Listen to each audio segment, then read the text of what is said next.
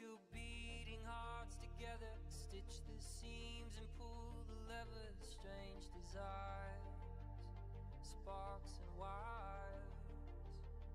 I sign the dotted line and tethered yours to mine. No anesthetic for hearts electric. Parts start to decay when just your shadow half remains. The operation had complications, and the part of you that died I'll carry all my life. Lovers slowly decomposing, so it goes. Could have been paradise, could have had diamond eyes that held so tight that I lost her. It could have been fireflies, but that fire died, dead and gone. I was wrong, love's a call. I'm a monster. Monsters.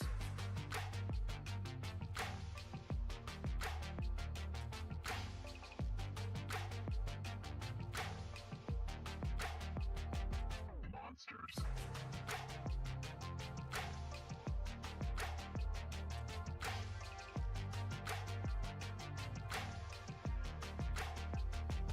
Monsters.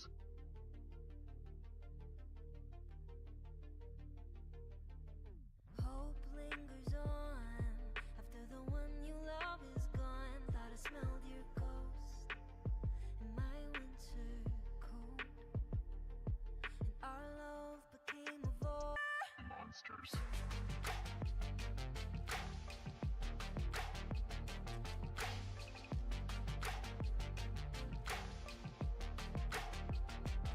Monsters.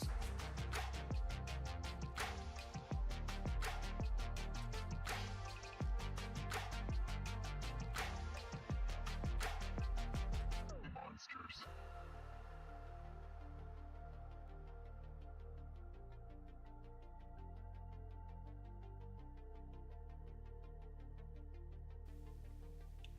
Hello, everyone. I hope you're having a wonderful evening, a wonderful morning, wherever you are in the world. I'm Midkits, or Jacqueline, and I'm here with the lovely, lovely Azurine Fox. Hello. Probably a fox that is just as gay as me. Oh, absolutely.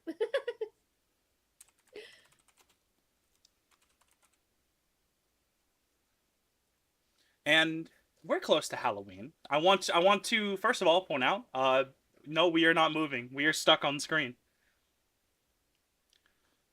Yeah, this is intentional. Trapped in the void.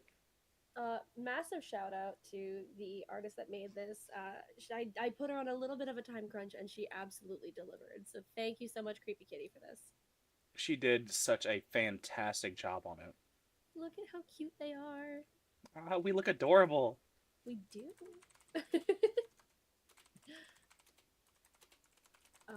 So let me start this off with a question. Yes. So let's start this off with a question. How did you first start getting into horror? I have always been really into scary stuff. Not so much the whole jump scary things, but I've always kind of. Oh, how I forgot the Campfire. Whoopsie. I've always been a bit into the horror genre as a kid. The whole thing of the unknown, especially when it comes to entities and ghosts, angels, demons, stuff like that, always interests me as a child. And the one thing that I never liked the whole jump scares and stuff like that, and I was always fascinated with horror movies. They really just and stories, the kind that the kind that I'm talking about, the ones that always make you as you're reading look behind you. Oh yes. And yes. keep you on your toes in that fear of Yes. anxiety. I know exactly what you're talking about. Was there like a specific story in particular that caught your eye on that front? Well, one of them obviously was a lot of people's go-to, The Exorcist, Oh yeah. and a lot of it was a lot of Stephen King stuff. Stephen King is my favorite author of all time, Oh, next to Stephen King Edgar is a Allan good Poe. one. Yes. Okay.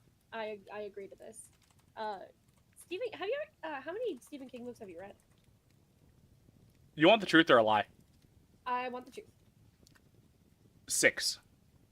Damn, that's more than I've read. I've only read The Shining. And it's because it kind of ties in with my one thing that I really like. I love stories about killer vehicles. I love Christine.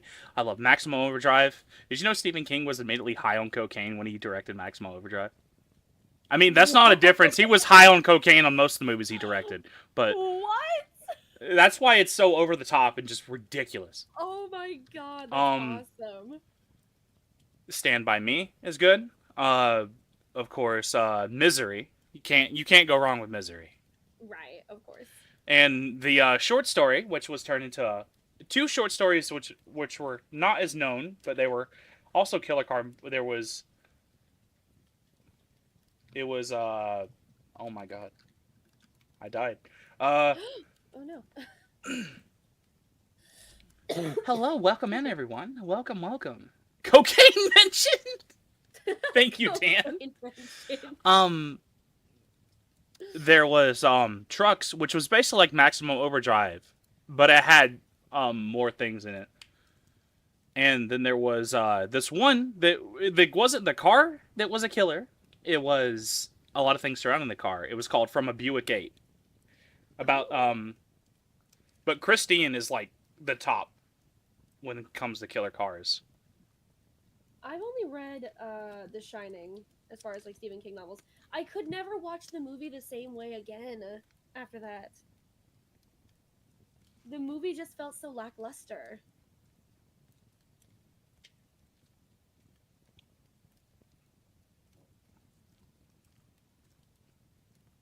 That's the problem when it's like reading the sorry, I had food in my mouth. You're good. It's like reading a manga and then watching the anime, or watching an anime and then reading the manga. Right. It is completely different, and it's like you cannot witness it the same way again. There was like one thing that I would change about the movie to kind of there was a scene in the book that kind of kicked off the whole spooky hotel shit. And that was in the book, Danny had found an empty wasp nest, and being a little boy, he, picks up things like that because it's empty. There's no wasps in it. They took it into the hotel. They cleaned it, and they told him that he could keep it. Middle of the night, this kid wakes up, and there's wasps everywhere. Whoa, oh my god. And they're stinging him all over his hand and stuff because that hand is the one that's holding the empty nest. There's nothing in that nest, and yet all of a sudden, his room's infested. So now they're like, what the hell? And that's what kind of kicked off the whole thing. And I feel like if they added that into the movie, that would be really good. I think it would be pretty good. There were a couple things that, maybe they should. That maybe those ones probably weren't all that great, but all in all, the movie's okay. But after reading the book, I can't watch it the same way again. That was me with Lord of the Flies. Oh, really? Yeah. The book was something fucking else. Oh, really? And the movie was just... I don't think there's the thing with me is horror movies never really frighten me so much. There's one that will directly frighten me, and I fucking hate it. It's because of my own fear, and that is, if you ever seen the movie Dead Silent about the puppets? Yes, I remember Dead Silence. I like Dead Silence. I loved it, but it's just the fact I hate puppets. I hate marionettes. I've always... I'm not afraid of Gino, though. I'll dropkick that little shit. I love him, though. He's great. But... and a lot of it also stems back to me and my grandmother used to go to a lot of like thrift malls in Opelika, Alabama, across the river from where I lived, Uh-huh. and a lot of the things would have different porcelain dolls in different states of repairs, and just some of them with like half the face smashed into the abyss, and Oh yeah. all that. It's enough to. It No, didn't I get help that. that I'm someone who completely believes in the supernatural and believes in spirits Oh, and me ghosts and too. stuff like that. I've had a lot of experiences at that store, and last time I went there, there was definitely a presence there, and whatever it was, it did not want me there. There is at my workplace, actually, the place that I work at, there was an accident that actually killed a man. Uh, and I'm convinced that he haunts the place, but he hasn't done anything like bad. So I'm just kind of chilling with him. He the only reason I say this is because like the faucet in the break room will randomly turn on, and it's a sensor faucet. So either the sensor is fucked, or I call him Gregory. So either the faucet sensor's fucked, or Gregory is being a little shit. You know, there is a lot of stories about that, about some railroad museums, about ghosts that kind of hung around a lot of the trains at the museum. That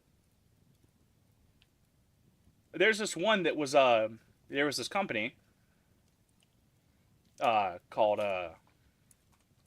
Baldwin Locomotive Works, Yeah. and they built this locomotive that was supposed to be like the top. They put all of their hats into one basket, all their things into one basket for this design. Mm-hmm. And while it was good, a lot of railroads tested this engine. It had so many different features and basically modernization to the T. And it was Right. basically their last hurrah at building a steam locomotive that would go together well. It didn't turn. Not many people wanted it because it was close to the end of when steam locomotives were being phased out. So, thankfully, this locomotive got preserved. Oh, okay.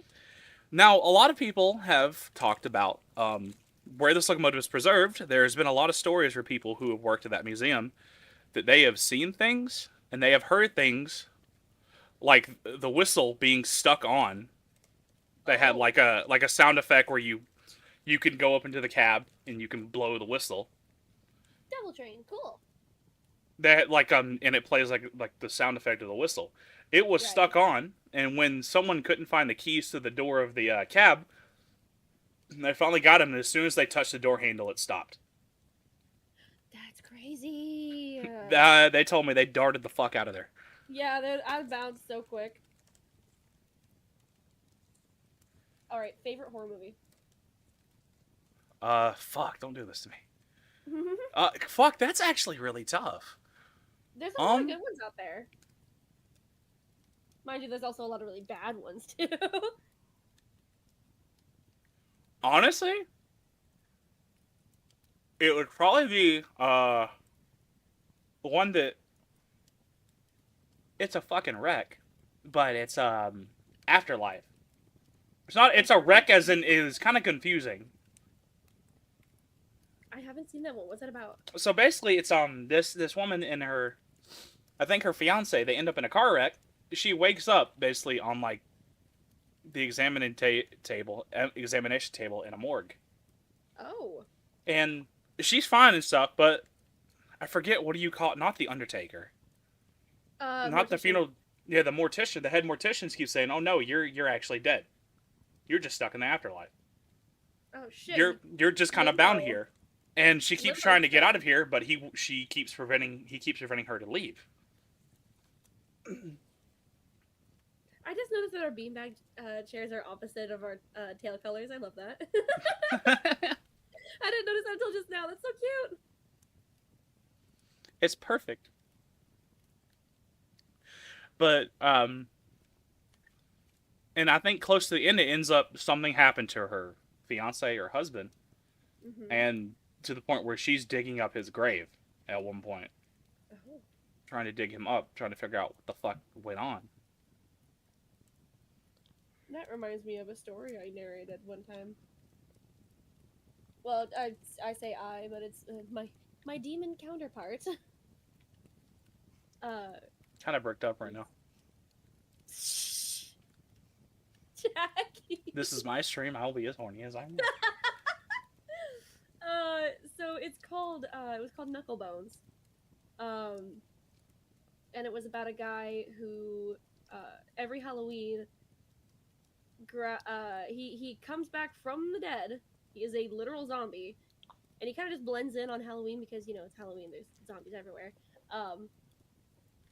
But he basically repeats this cycle of going back to his grave and digging it again. And the reason for it was because he was involved in something. I don't remember what it was, but he, instead of turning himself in, he shot himself in the head. So there's a bullet that is just rattling around in his skull for all of eternity. That has to be like, outside of the horror aspect, that has to be fucking annoying. Mm-hmm. I would lose my mind.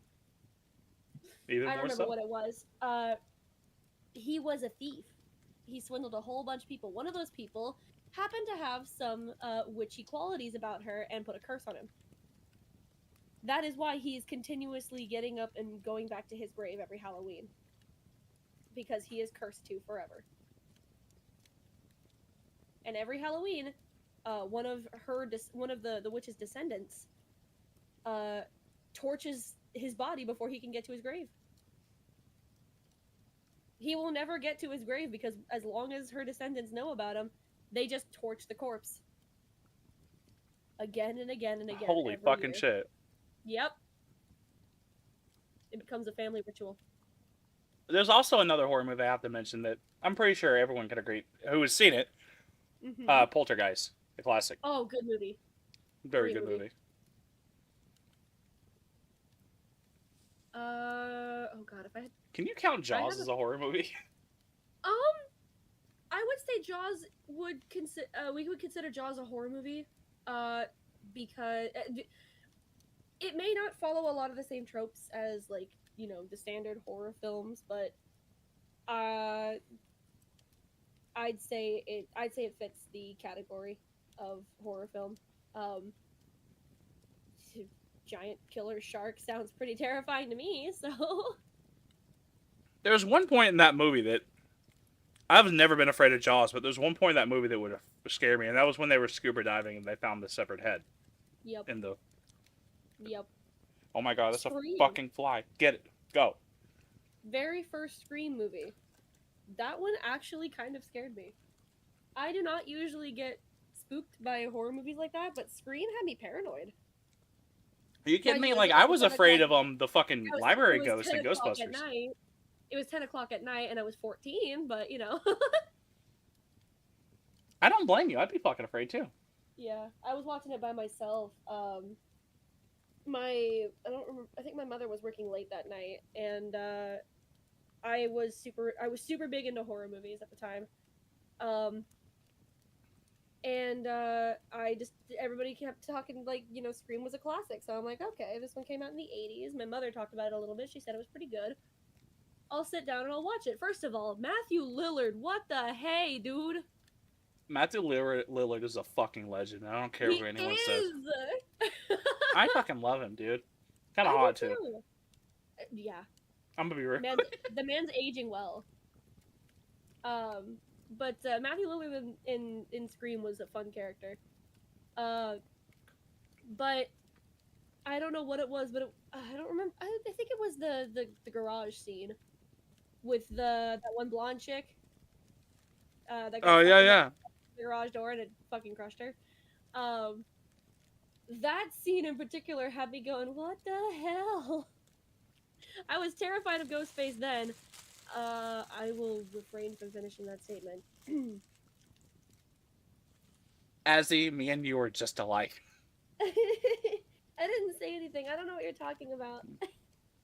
You know damn well what you were going to say, and I can look through you like a fucking glass wall. I'm just gonna drink my water. Oh god, my fucking accent is going to come out here, but you know, right here you make a better window, then you make a better door. I'm transparent. Oh. Anyway. Damn it! Now I remember it. It disappeared and then came back. Nice. And there was the And then it disappeared again. of course I gotta go with and Nair fucking loves these. Nair is a fanatic for him. Friday the 13th. Friday the fucking I 13th. haven't seen any of the Friday the 13th movies. Do it. They're good. I love Jason Voorhees. I do too. Jason Voorhees is a fantastic.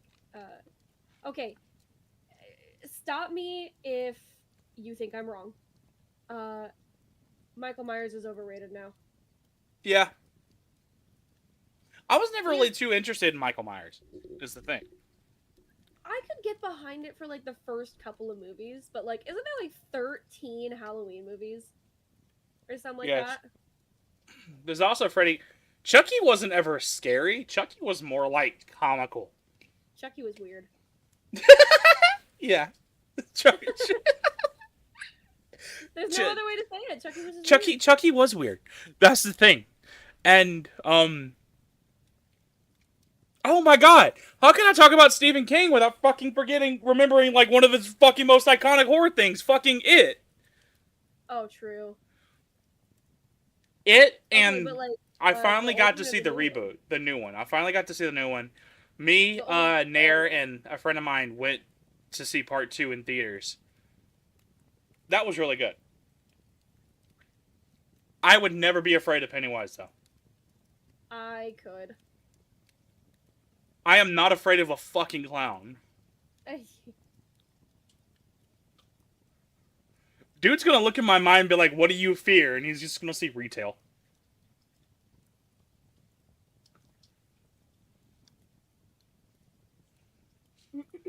What do you fear? Your mom. Damn.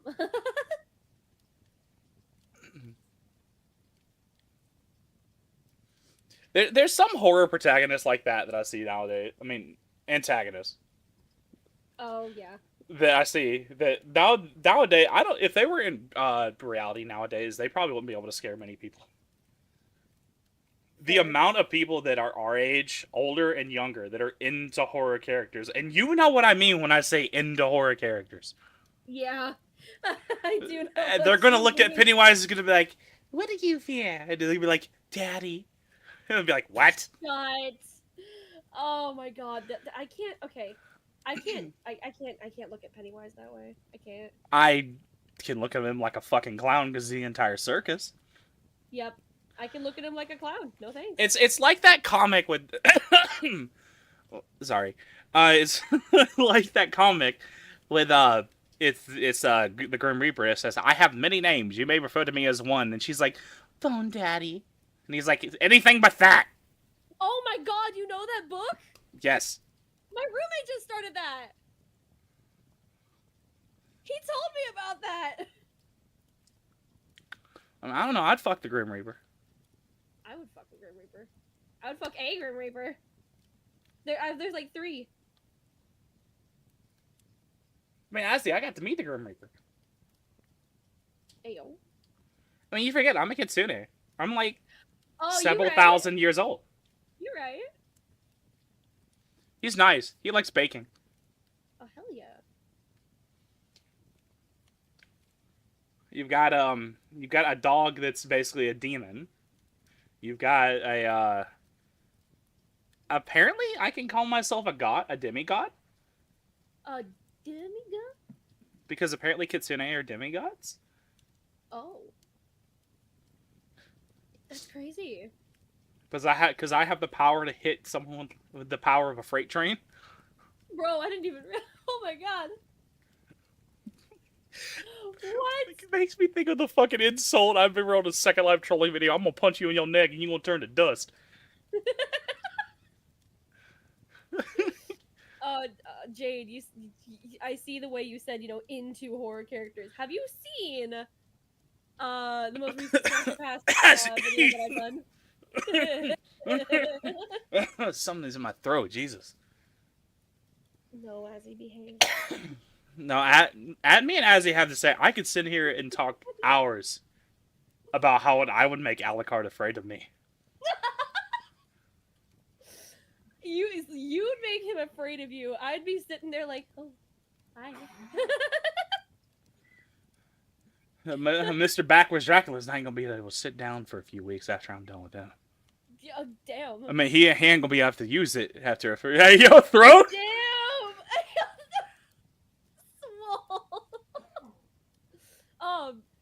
Swole. I'm still so mad about the way Swole hopped into the last stream that I did. Bro walks in the chat and shows violence because the first thing he says is, "Oh look, it's the Majima enjoyer." No, he's not. But like, he didn't have to say it out loud. I mean, like, I can kind of get. I've never played any of the Yakuza games. They look amazing. I want to play them, but my love for Majima aside, you really. I would probably fuck Majima. He's fucking hot. Oh my god, somebody gets it. He's just a good-looking man.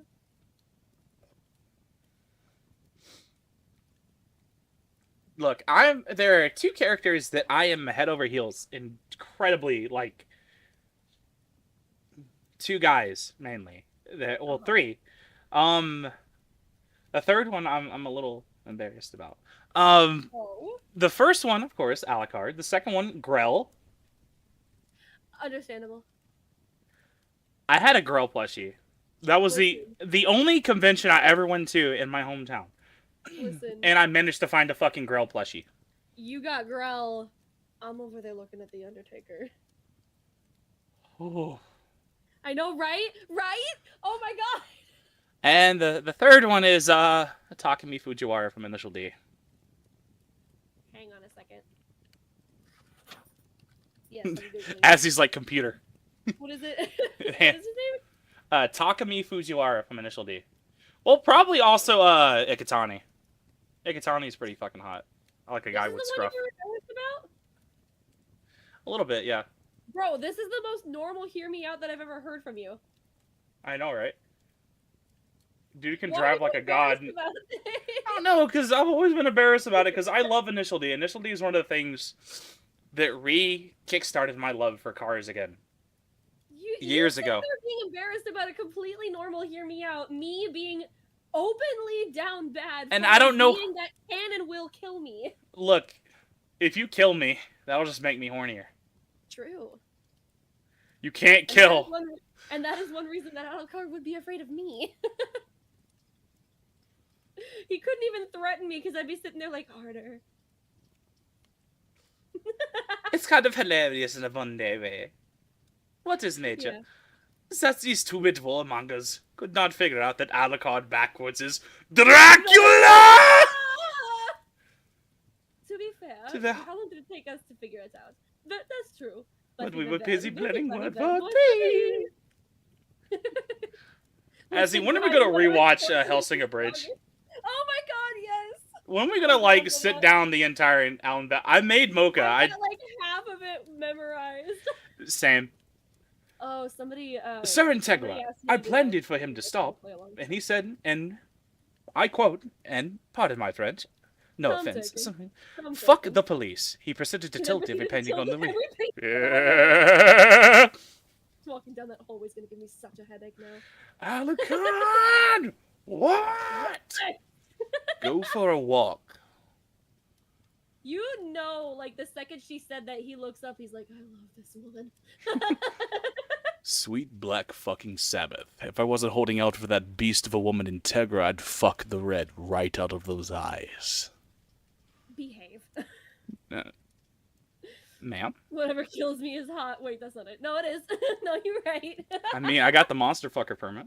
Same! It's me, I'm the monster. Oh. Come here, Azzy. Ma'am. And we're off the air. We're off the air, suddenly goes offline. VOD's cook chat. Listen, you Does that mean I should put my titties away? Listen, you can have Hellsing Alucard as long as you save Castlevania Alucard for me. You can have, yeah, as much as I love Castlevania Alucard, he is your man. He's so so pretty. I hate it because before I came out, Nair drew a. I'm blushing. He's so traumatized. Nair drew a picture of it was Grell, Alucard, and Takumi pinned me up against the wall before I came out. So like me. God. I need art like that. On God. I need Like a lot of the Initial D guys aren't bad looking. They're kind of hot, and then some of them I look like they got hit with the ugly stick. I'll be real with you. Yeah, hit with the ugly stick. I mean, look up Itsuki from Initial D. Oh my God! Do you want I tell you about the ISUKI. I needed to, okay. What was it? Initial D. Itsuki. ISUKI. Itsuki Takeuchi. Yes. Oh. Yeah, no, dude got beat with the ugly stick. Oh my brother in Christ! Run him over.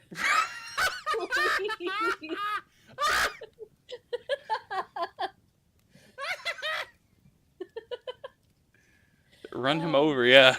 I think they already did it. They already did it for you. I kind of feel bad for the dude because there's one part, and this is spoilers a bit. There's one part in the thing where, in the second season, he meets this girl, who he gets along really well with, and it turns out, she was going to be a part of an arranged marriage. Her parents wanted to marry this dude that she really didn't like at first, and they got into an argument. She ran away with her brother. Started kind of hitting it off with this girl, and into the fourth season, they're still not in a relationship, but they're getting close.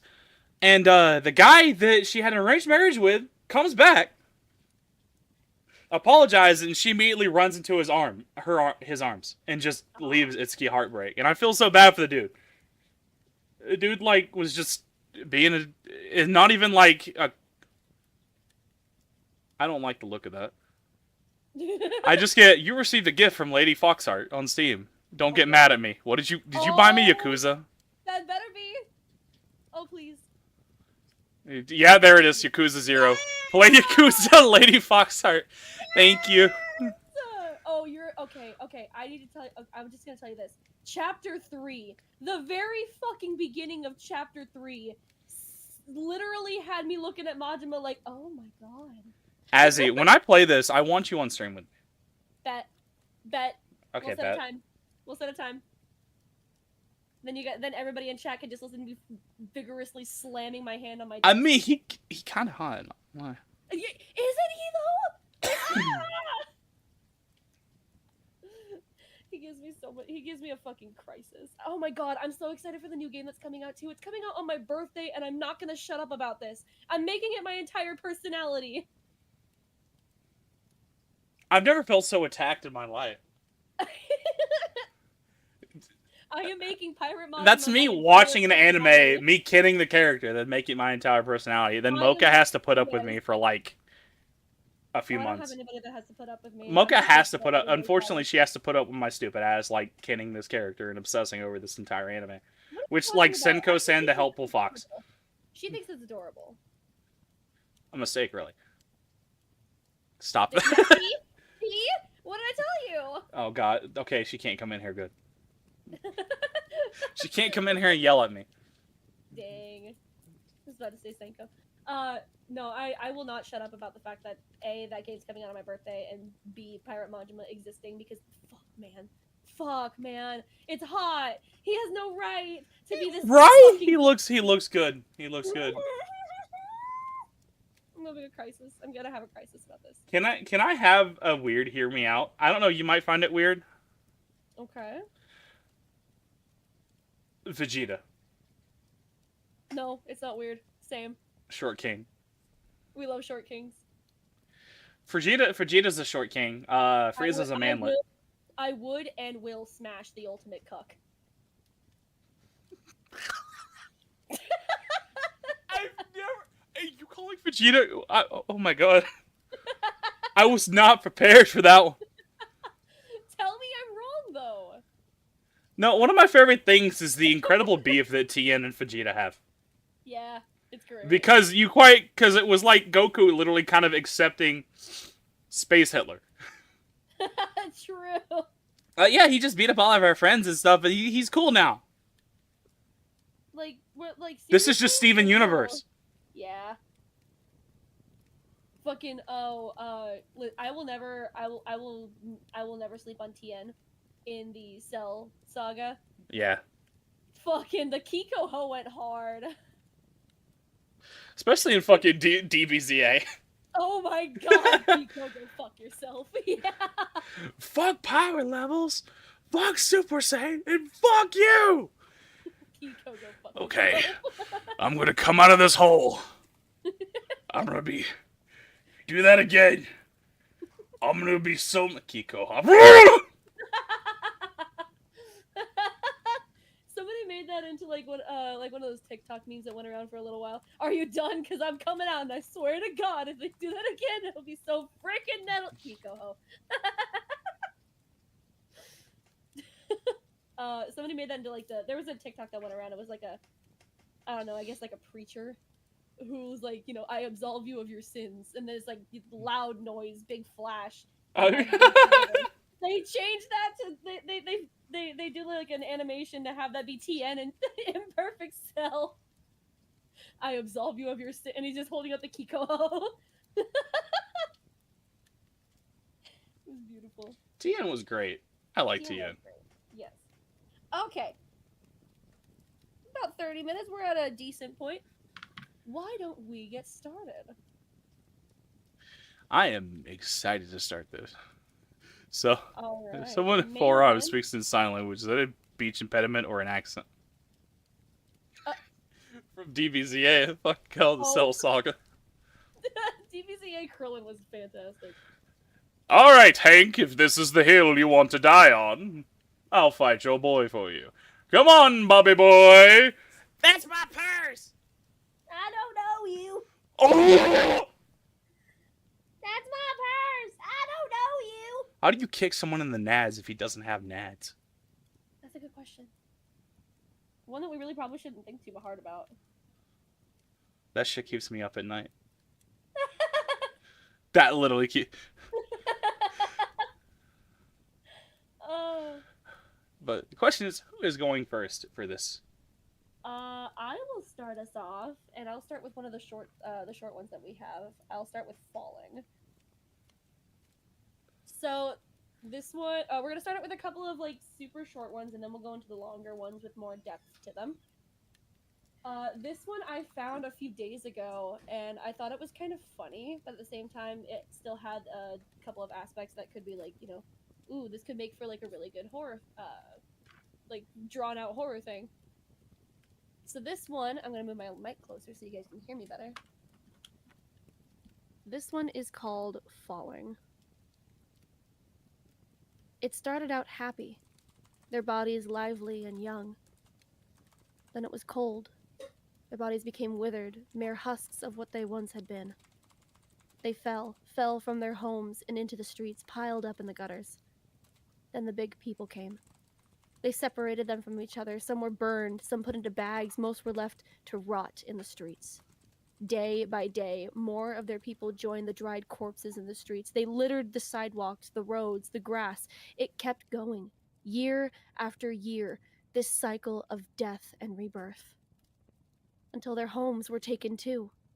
Cut to pieces, burned, and ground down into powder. Their once great civilization was falling around them.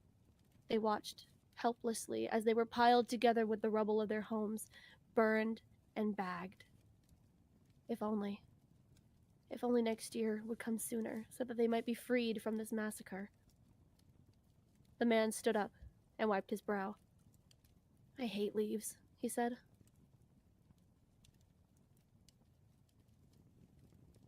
And that was Falling. That was really good, actually. Right? It's such a like discordant like concept. It takes something so simple as like falling leaves in the fall and the winter time, and it turns it into something kind of fucking creepy. I love that. And oh god, my voice like died halfway. Excuse me if my voice sounded a little rough earlier. I did the ADHD thing where you forget to drink. or don't do forget that. to eat Don't for do that. like, I ate and then I realized I haven't had anything to drink since this morning with coffee. This like, I went to get something to drink and I completely like downed my fucking drink on the way home. I did that earlier today. Oh, mood, Foxy. All right, so that's the first one. Which one? You're up next. Which one are you taking? I'm gonna do next time you'll know better. Ooh, that's a good one.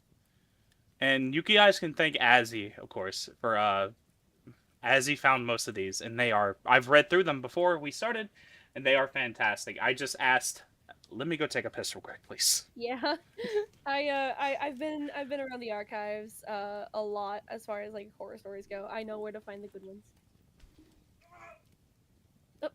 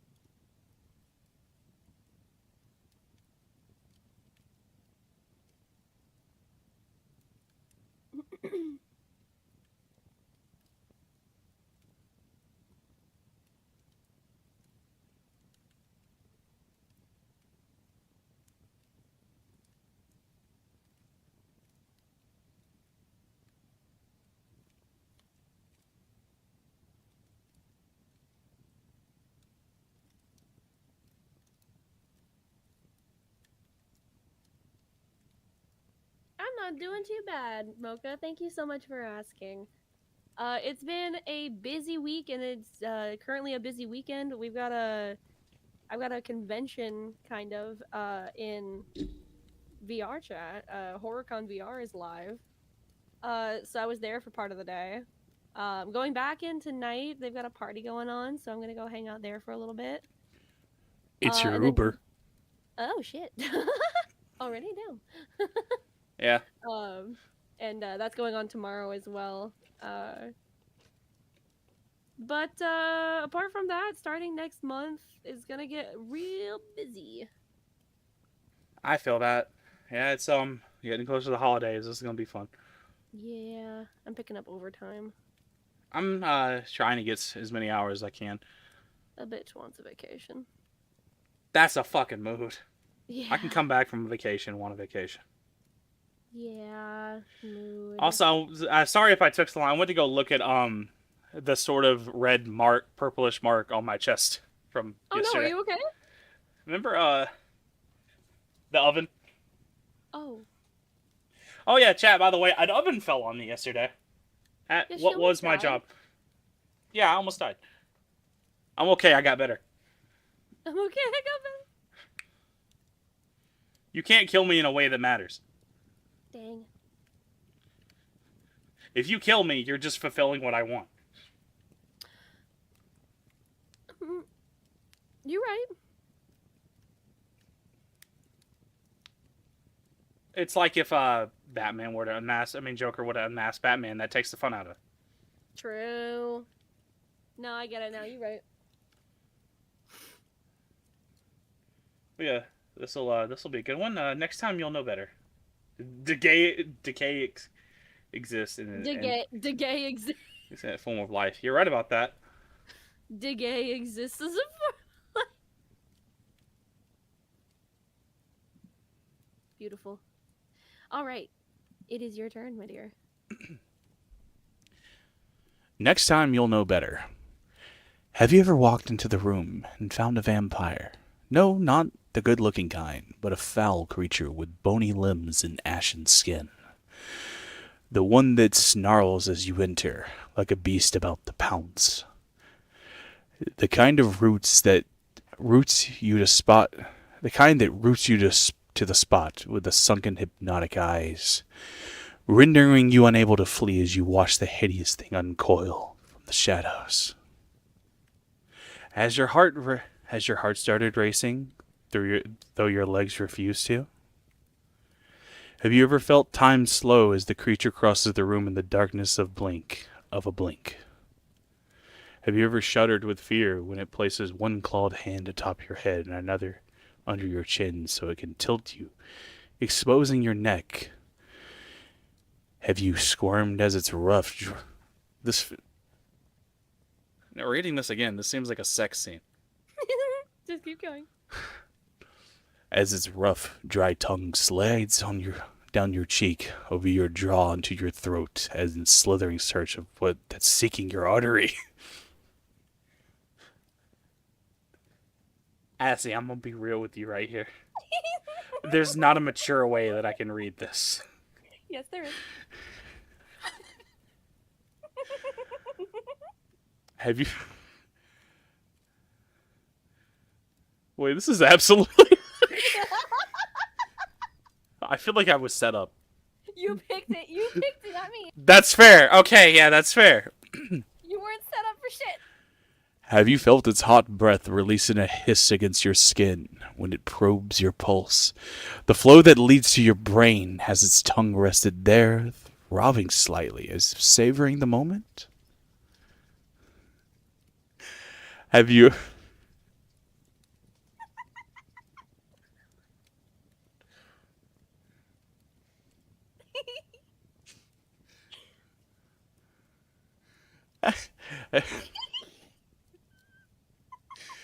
Have you ever... Continue. Have you ever then experienced a sinking, sucking blackness as you discover that all... We're mature.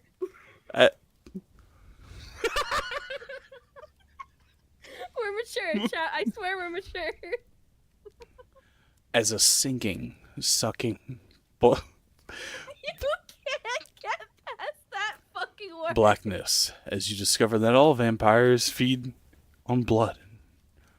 Some feed on memories. Well, have you? Maybe not. But let me rephrase the question. Have you ever walked into a room and suddenly forgotten why you came in? First of all, damn, Jackie. It was so hard for you to get through.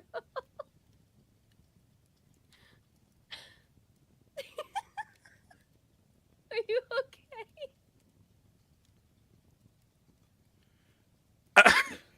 Are you okay? Yeah. Chat, I swear we're mature. I swear we're mature adults.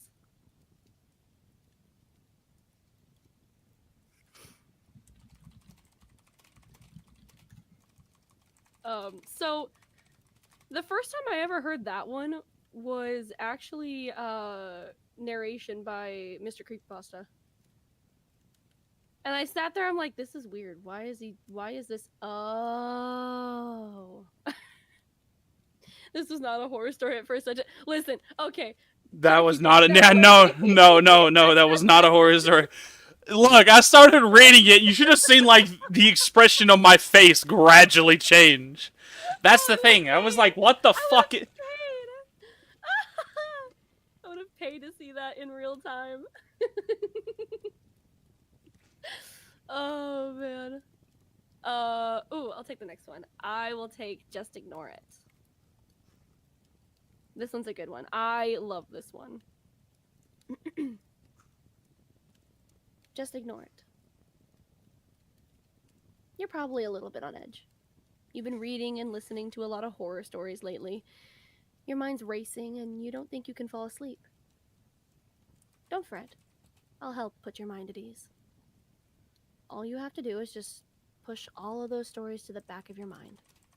Have faith in the fact that those are just stories and nothing more. If you see something outside your window, just ignore it. It's just a trick of the eye is all. If you're woken up by footsteps late at night, just ignore it. Your mother is probably making her way to the bathroom. If you hear a door slowly opening with an unnerving squeak, just ignore it. Your house is old. It's probably just settling. If you wake up to an odd smell, just ignore it. There are many things in your room that have an odd odor to them. Now, if you wake up to a rather uneasy feeling, something warm on the back of your neck, your heart beating faster than it ever has before, your body tensed so tightly you think you'll collapse in on yourself if you don't relax, you could ignore it. But I don't think you'll be able to when you feel the cold metal of my knife pressed up against your back. Mommy? Sweet dreams. Mommy?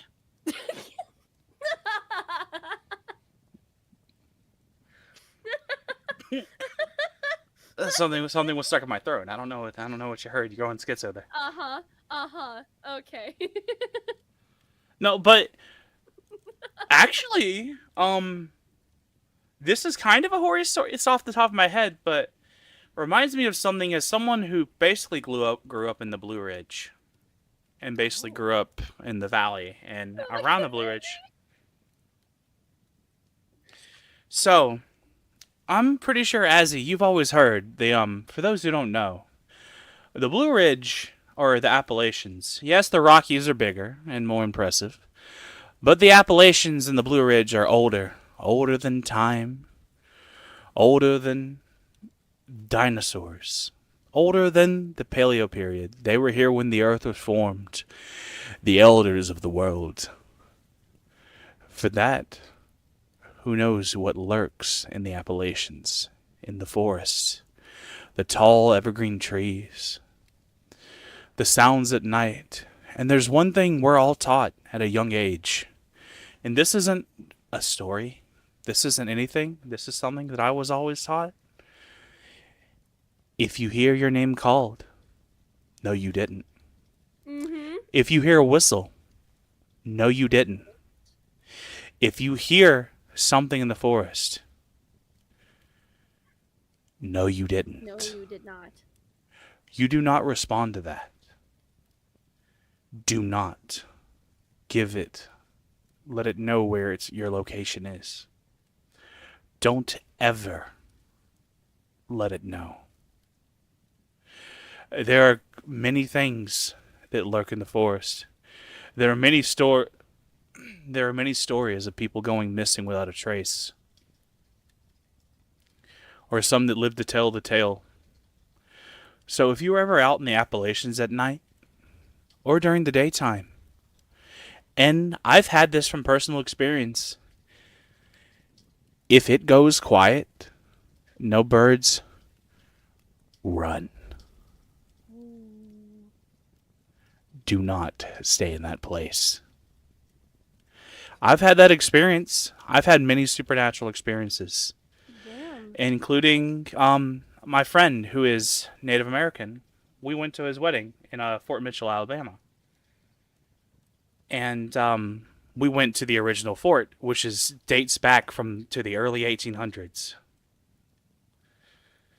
We walked into that fort, me, him, his wife, Nair, and a friend of ours. The birds stopped. Ooh, run. Get out. Nothing. It was silent. Get out, get out, get out, get out. The scariest part is my friend, we had a spirit thing and we were picking up one of the wagons on display, the seat was warm in storage. Uh-oh. This is all real. We went out to where part of the battlefield was, to where what was like an oven, a stove, that one of the people took us out there. We heard, my friend had such a powerful emotion over him being Native American and trying to connect because we were running an EVP. It picked up someone mentioning a gun, and it picked up a gunshot, like a musket. Oh my god. And my friend just broke out into tears saying, "I'm sorry we couldn't save you." Oh. We witnessed history repeat that day. When we walked out of the fort, birds were singing again. Now, you can take what I said at face value and not believe me, but I do believe that there is an afterlife. I do believe that there are spirits.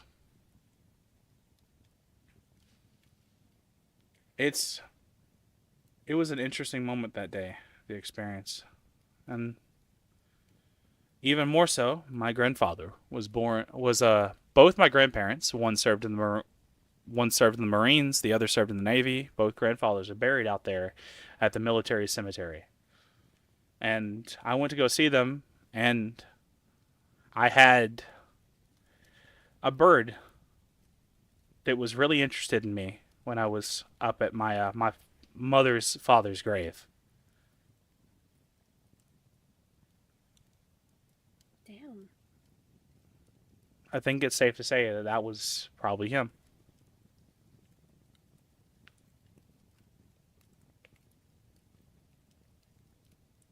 I absolutely do believe that. I am a firm believer, especially of the old Native American. People call them superstitions. I do not. That shit, I am inclined to believe all of that. Me too. And that is actually going to lead into a story that I've got later down the line. That said, I believe it's your turn. Well, wait. Wouldn't it be your turn now? Because that was technically my turn. Oh, are we counting that one? Okay. I guess we can count that one because I don't want to hog it. No, you're good. All right. That, and I want to hear you narrate more. then- You've got a beautiful voice. Oh, thank you. That is thanks to the contract I've made. This one is called The Absence of Sound. Try this. Turn off the music. Turn off the TV. If you have to, turn off the computer. Then go into another room and sit in total silence. You hear that? That ringing?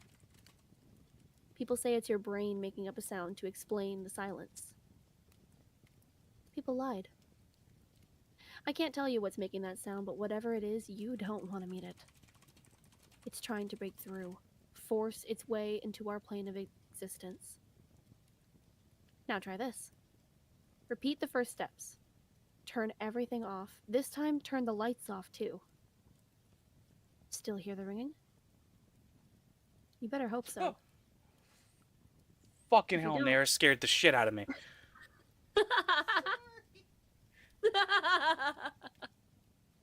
I'm sorry, as you can continue. that one took me off guard there for a second. I was like, oh shit. All right, let's check that over. Now try this. Repeat the first steps. Turn everything off. This time, turn the lights off too. Still hear the ringing? You better hope so. If you don't, it's because they finally managed to break through. Break through and into your head. And no amount of running will save you. Azzy, you are fantastic with this. I got fucking goosebumps. Nair jump scare. Hey, that does rhyme. Look at you. Literally, like, I heard footsteps behind me, and I turned around and went, ah! Because Nair was right there getting clothes out.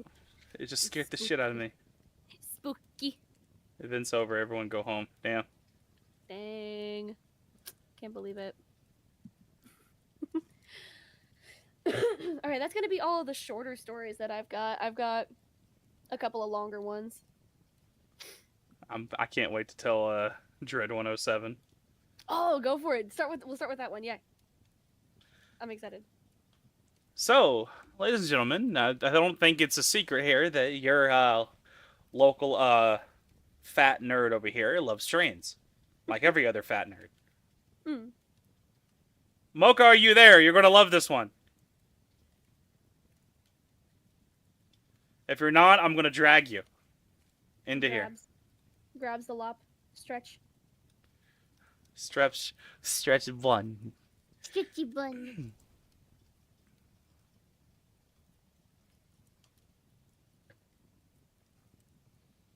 Hold on, let me make sure I get the story right, because there is the long story, which is pretty long, basically her entire life, and then there's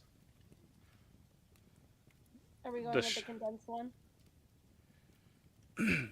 Comically stretchy bun. True. Stretch bun like bread loaf. True. There was once a railroad back in the day called the Denver and Rio Grande. They ran through the Rockies of Colorado, and in 1883, an order of locomotives was placed. The 440 type. And among those locomotives was 107. 107 was like any other normal, ordinary steam locomotive. She was a workhorse, built to haul freight and passengers over the Rockies. There was a thing to her. Some may say she had a chip on her shoulder. Some may say that she was just restless. Some may say she just had issues. Many who worked on the DNRG swore that she was possessed, haunted by those she took with her. This locomotive has done several things. She hit several farm animals, rolled herself on her side with minor damage at a slow speed of 5 or 8 miles an hour.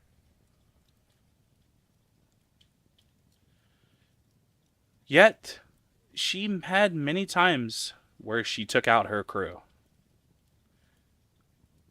And once she had the taste of blood. It was all downhill from there. One night, as she left North Franklin with a midnight mail bound for Kansas City, her throttle jammed wide open. So when she prepared to stop for Rockport, her throttle went limp. The linkage with the throttle snapped, leaving it wide open. Your crew tried everything. All that was to try to douse the fire and use up all the steam so you could apply the brakes. But the thing was, she had no air brakes. No, this was the 1890s. There was no train brakes.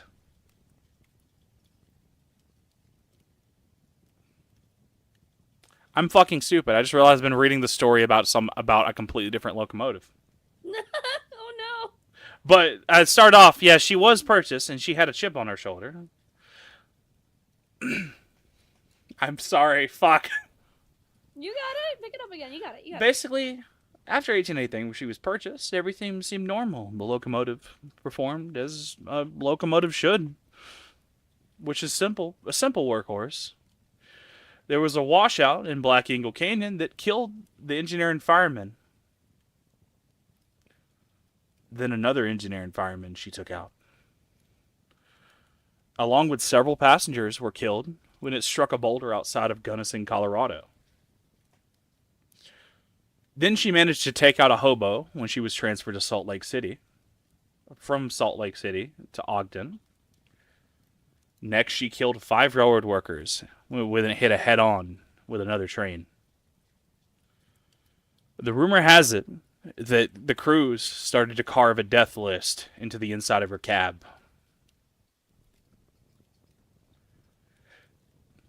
As a marking of the victim she claimed. She didn't like that, and it resulted in another death. When the engineer was reading over the list, rumors said he went insane and threw his own brother, which was the fireman, from the cab and let it run away, pinning himself when she derailed.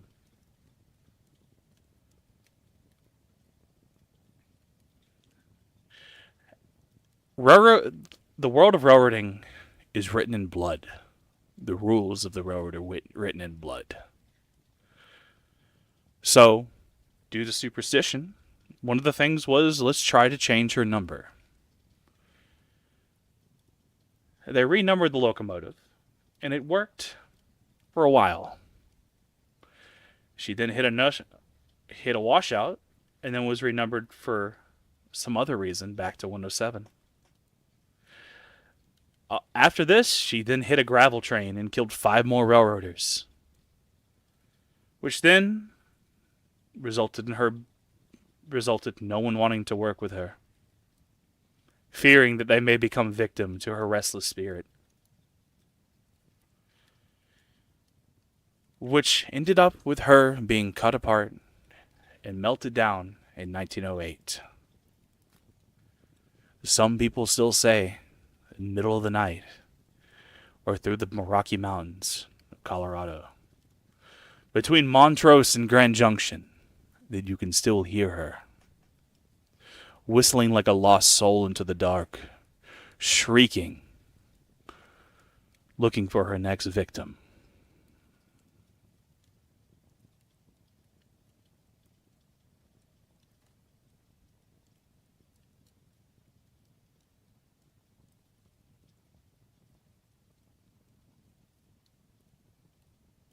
What'd you think?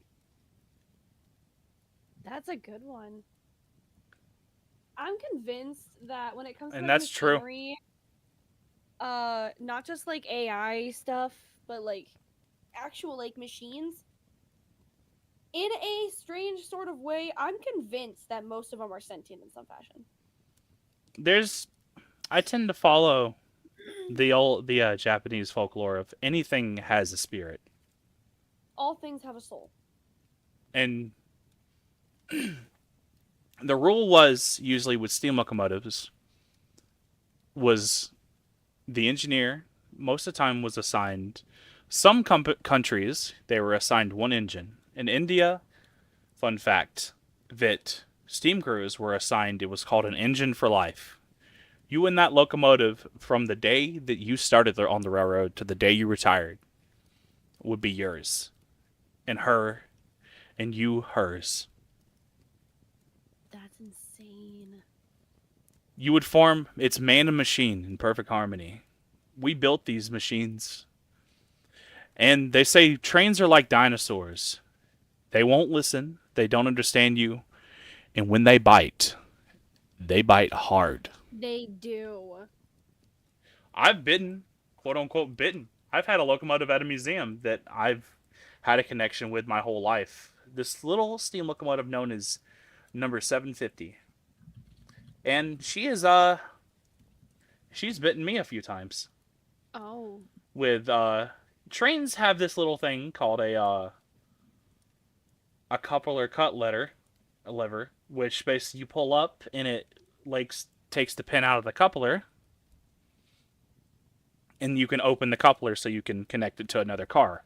Oh shit. That slammed down on my hand. Yeah. Oh fuck. That's solid steel, by the way. Ouch. And I've been pinched by her throttle. By her reverser. That's crazy.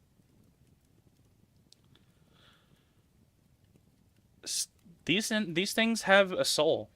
And I do not sometimes doubt they're it. happy, and sometimes they're not. There's a reason that there's a saying that's always been that steam locomotives are the closest man has come to creating life.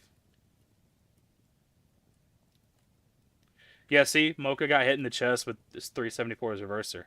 Oh shit. I had a friend, one person, she used to volunteer at a museum. I'm leaving names out of this for their own sake. A person that she was kind of sort of dating at the time tried to move the throttle of this engine, and it actually cut him. Made him bleed. That locomotive had it out for him. Because that person was not very kind to my friend who volunteered at that museum. So, all the venting that she probably did to that locomotive, can't say I wouldn't have done the same if I was in that locomotive's shoes. Yeah.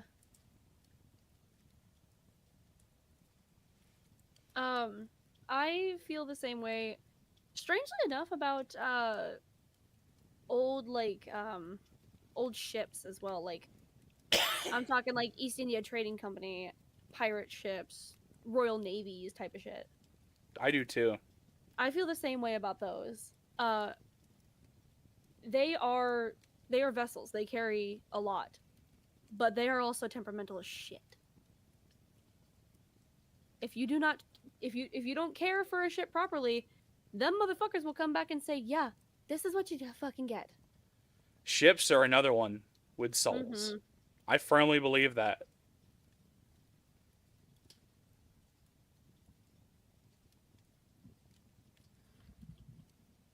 All You right. can't fucking tell me otherwise. Absolutely. All right, here's another classic one for you. As a lover of, as a mutual lover of Edgar Allan Poe, I felt that it was appropriate to incorporate the classic, The Telltale Heart. Oh, yes. Also, Azzy, can I Alright. just say one thing before you start? Absolutely. For those that don't know, SpongeBob the Boots episode is just a kid's version of the Telltale Heart. Oh, I love it when they do that. I love it when shows do that. They make like explained, like kid-friendly versions of stories like that. Yeah.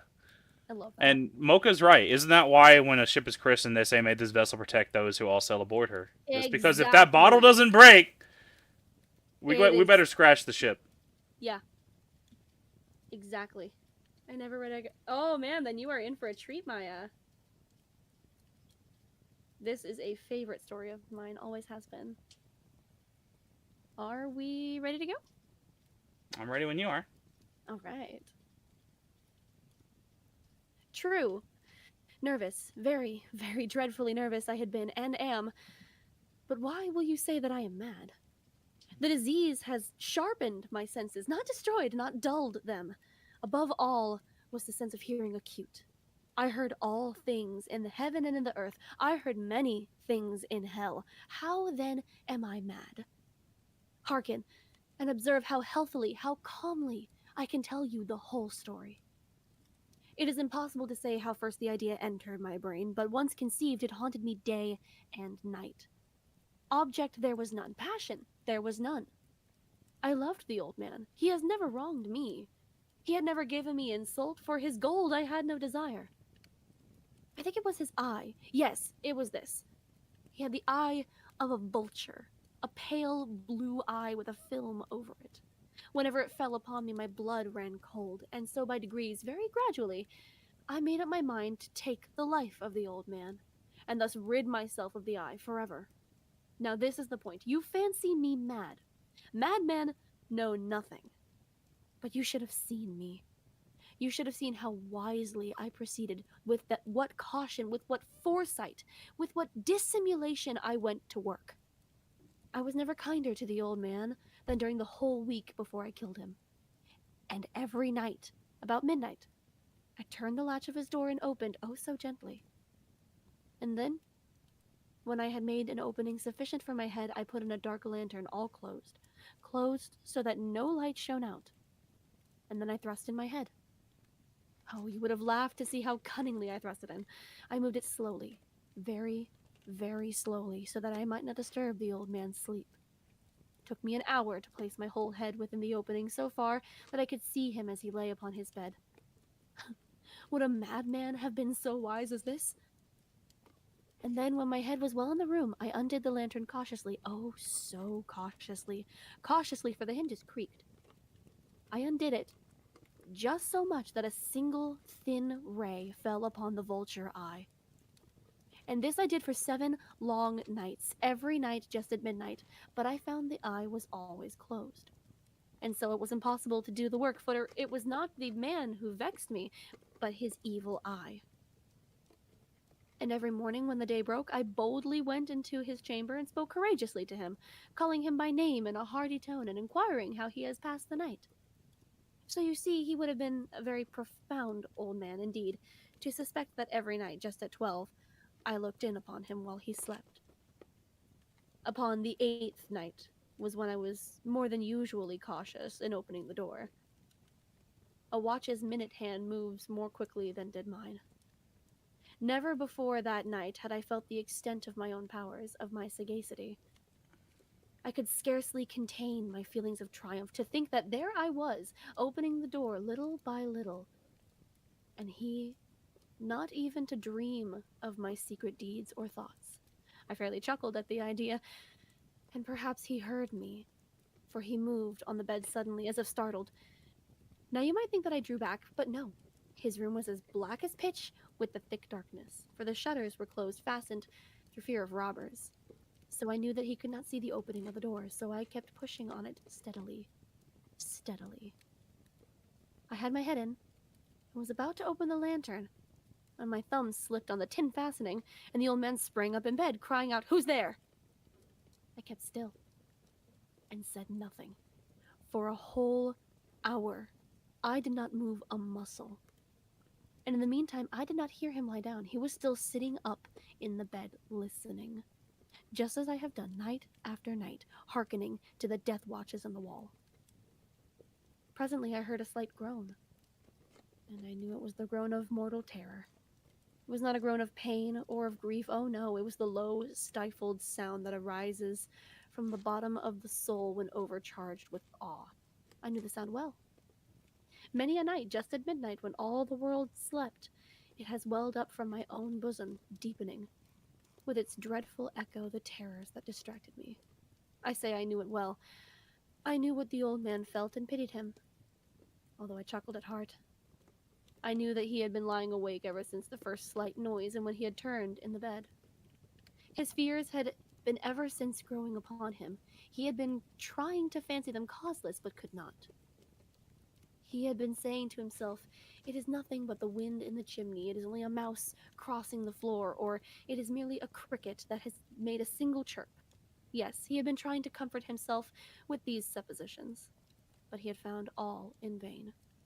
All in vain, because death in approaching him had stalked with his black shadow before him and enveloped the victim. And it was the mournful influence of the unperceived shadow that caused him to feel, although he neither saw nor heard, to feel the presence of my head within the room. When I had waited a long time, very patiently, without hearing him lie down, I resolved to open a little, a very, very little crevice in the lantern. So I opened it. You cannot imagine how stealthily, until at length a single dim ray, like the thread of a spider, shot out from the crevice and fell full upon the vulture eye. It was open, wide, wide open, and I grew furious as I gazed upon it. I saw it with perfect distinctness, all a dull blue with a hideous veil over it that chilled the very marrow in my bones. But I could see nothing else of the old man's face or person, for I had directed the ray, as if by instinct, precisely on the damned spot.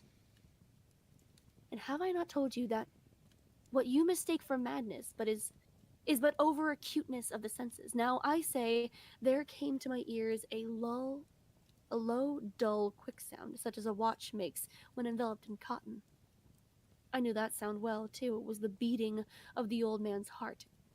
It increased my fury as the beating of a drum stimulates the soldier into courage. But even yet I refrained and kept still. I scarcely breathed. I held the lantern motionless. I tried how steadily I could maintain the ray upon the eye. Meantime, the hellish tattoo of the heart increased. It grew quicker and quicker, louder and louder every instant. The old man's terror must have been extreme. It grew louder, I say, louder every moment. Do you mark me well? I've told you that I am nervous, so I am. And now at the dead hour of night, amidst the dreadful silence of that old house, so strange a noise as this excited me to uncontrollable terror. Yet for some minutes longer, I refrained and stood still. But the beating grew louder. Louder. I thought the heart must burst. And now a new anxiety seized me. A sound would be heard by the neighbor. The old man's hour had come. With a loud yell, I threw open the lantern and leaped into the room. He shrieked once only. In an instant, I dragged him to the floor and pulled the heavy bed over him. I then smiled gaily to find the deed so far done, but for many minutes the heart beat on with a muffled sound. This, however, did not vex me. It would not be heard through the wall. At length, it ceased. The old man was dead. I removed the bed and examined the corpse. Yes, he was stone dead. I placed my hand upon the heart and held it there many minutes. There was no pulsation. He was stone dead. His eye would trouble me no more. If you still think me mad, you will think so no longer when I describe the wise precautions I took for the concealment of the body. The night waned, and I worked hastily but in silence. First of all, I dismembered the corpse. I cut off the head and arms and the legs. I then took up 3 planks from the flooring of the chamber and deposited all between the scantlings. I then replaced the boards so cleverly, so cunningly, that no human eye, not even his, could have detected anything wrong. There was nothing to wash out, no stain of any kind, no blood spot, whatever. I had been too wary for that. Atep had caught that all. When I had made an end of these labors, it was 4 o'clock, still dark as midnight. As the bells sounded the hour, there came a knocking at the street door.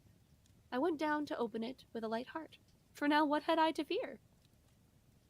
There entered 3 men who introduced themselves with perfect suavity as officers of the police. A shriek had been heard by a neighbor during the night. Suspicion of foul play had been aroused. Information had been lodged at the police office, and they, the officers, had been deputed to search the premises. I smiled, for what had I to fear? I bade the gentleman welcome. The shriek, I said, was my own, in a dream. The old man I mentioned was absent in the country. I took my visitors all over the house. I bade them search well. I led them at length to his chamber. I showed them his treasures secure, undisturbed.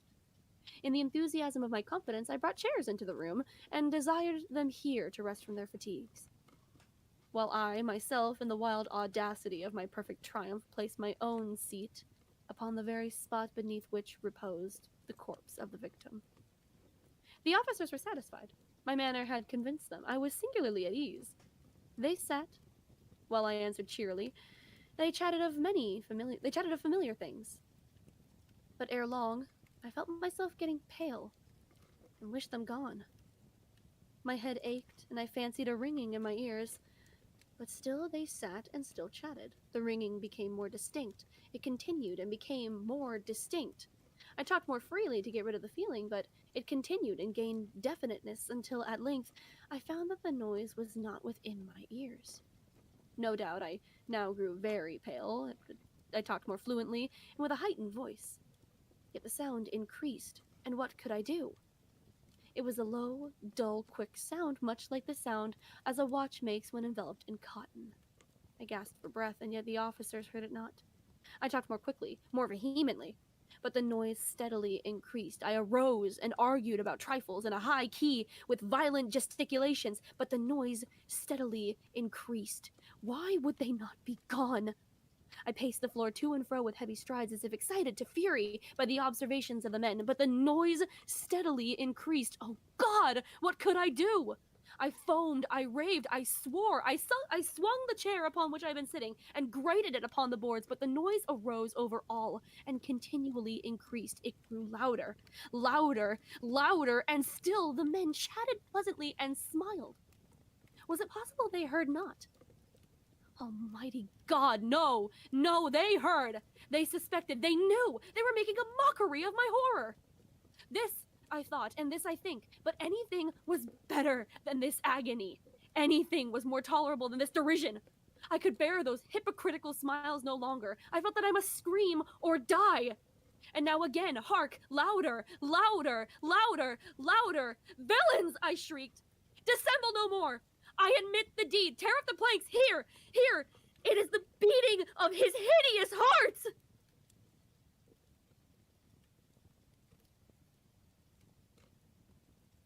I love this story so much. It's so fucking good. It's so good. No matter how many times you read it, you will get goosebumps. Oh, yes, absolutely. Yes, Jay, that's the end.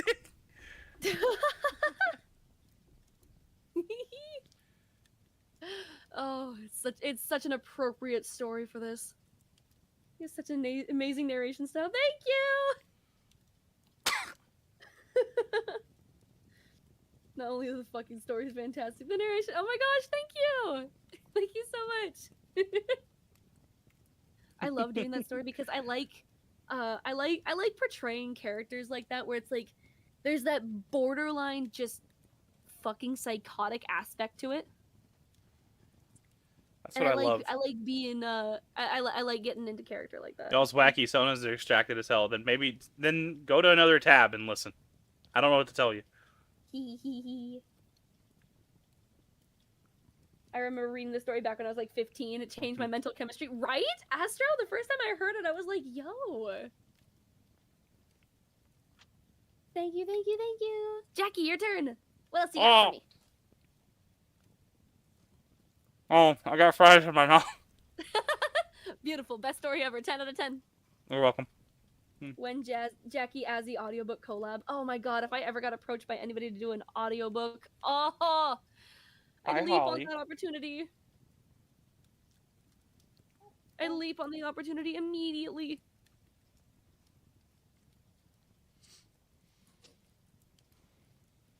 I think we're going to go with 12 Polaroids.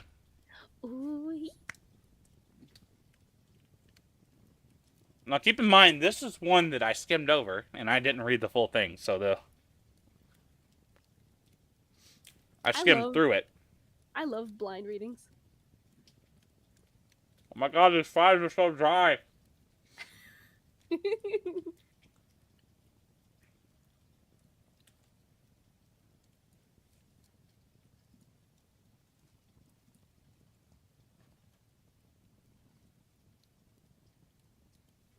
Making my fucking water bottle. Jesus Christ. Holy shit. Man, I love these fries, said Jackie after shoveling a handful of fries into her mouth. I'm gonna turn you into a fry, said the human fry maker killer right behind her. That gives off Astro, that's like a shitty like two sentence horror story on Reddit. A human fry maker killer. Fuck you, I'm into that. Ayo. That was my inspiration. Thank God. So God, I love reading those. I love reading the two sentence horror stories on Reddit. Me too. They're so much fun. Some of them are really good, and others are like, bro, what the fuck? Some are like just holy shit. Some are just bad. Right, so 12 Polaroids.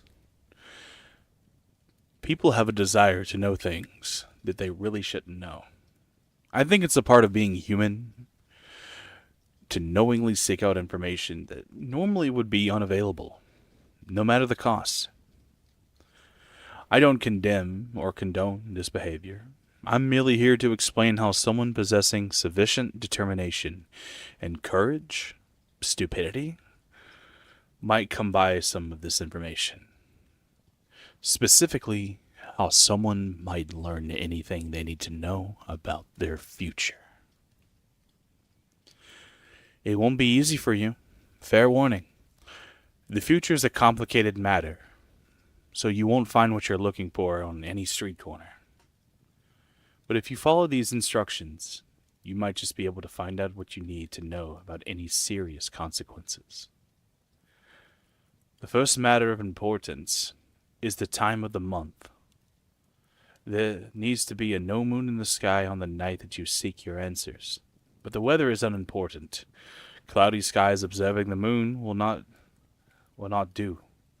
Don't start looking for loopholes already. It must be a new moon for you to find the object. You will need to go to an abandoned building. One much bigger than a house. Could be a factory, refinery, hospital. You get the idea. It must be away from an urban area with lots of noise and traffic, as being interrupted would be a very poor idea instead. This means you must do this alone. This cannot be stressed enough. It would be a good idea to decide on a suitable building before the new moon. You see, the building must be quite specific in its design. You need to find a room in the building, within the building, that is situated below ground level, with no windows or other source of light of a moderate size. I'm not quite sure the exactly what moderate size means, but basically no aircraft hangars or broom cupboards. The room you must select must have a door on the southern side of the room. This is of utmost importance. Please do not get your sense of direction confused. Doing it in a room with a northern situated door would be a very poor way to spend an evening. The room must have a storage unit of some description in it, possibly a desk, drawers, cabinet, or a sizable box. Oh god, my accent. The storage unit must have been in the room already.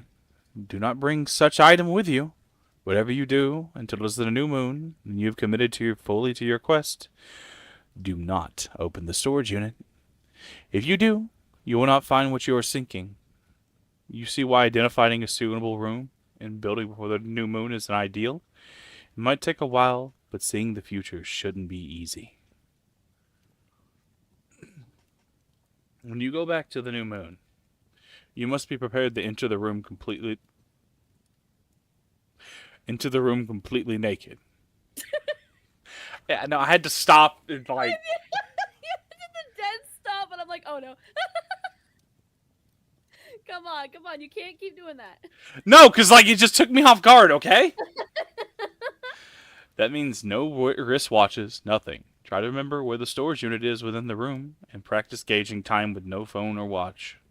The task will only be able to be completed between 2 a.m. and 3 a.m.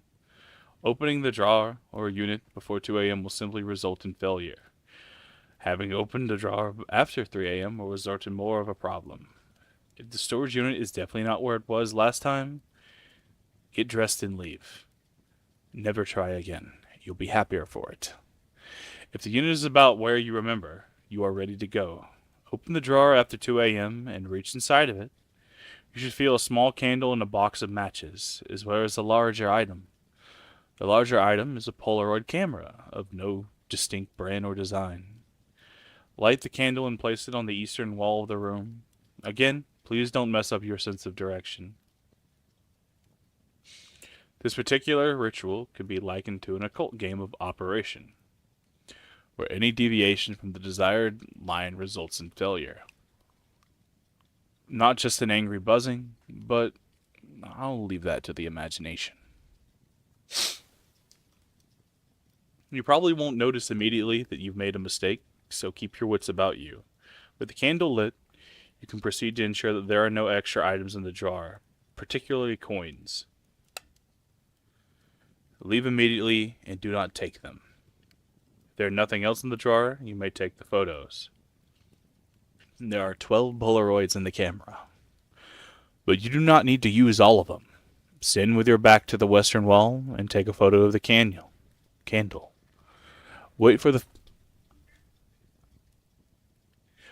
Sorry, my cat. Wait for the photo to fully develop before taking another. This rule applies to each photo you take. Despite the lack of light, the Polaroid should develop quickly. You will notice immediately that the photo is not of a candle. If it is, I am so sorry.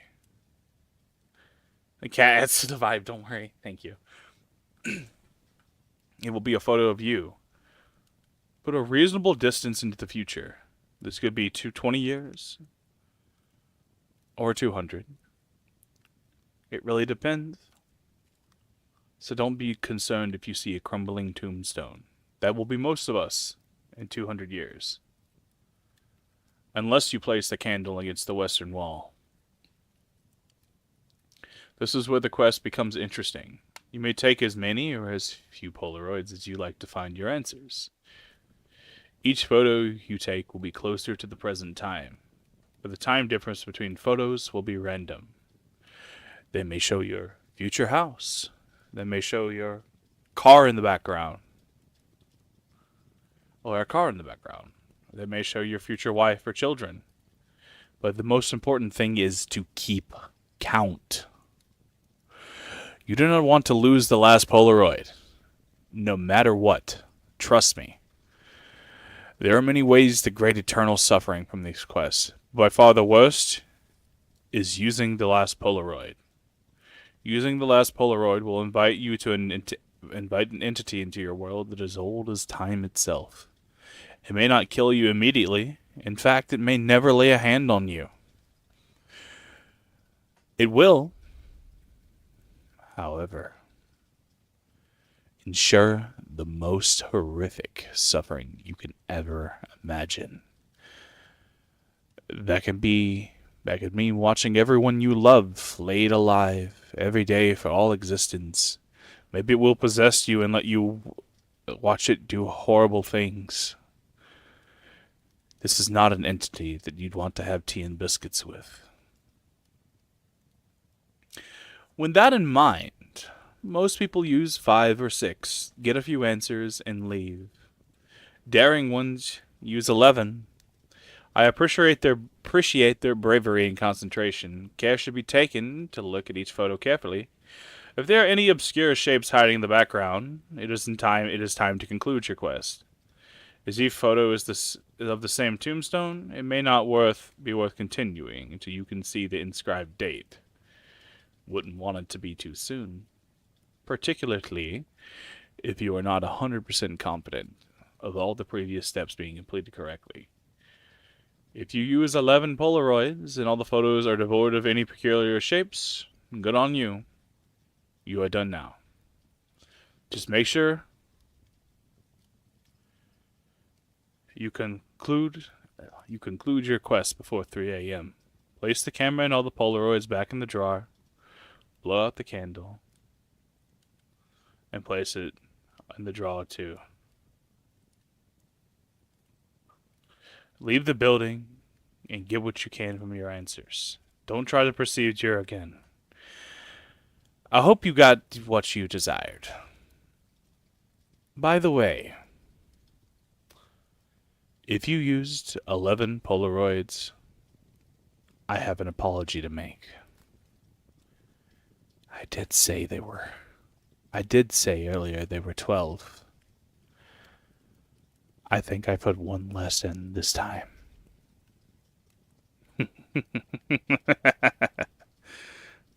The ending of that one caught me off guard the first time I ever read that one because I was like, wait a minute, what do you mean 11? Oh, and then it hit me and I was like, oh no. Because you don't want to use the last one. If you do, then you die. Maya just son of a... Motherfucker pulled a fucking finessed you. Bait and switch. That's a genuinely scary story.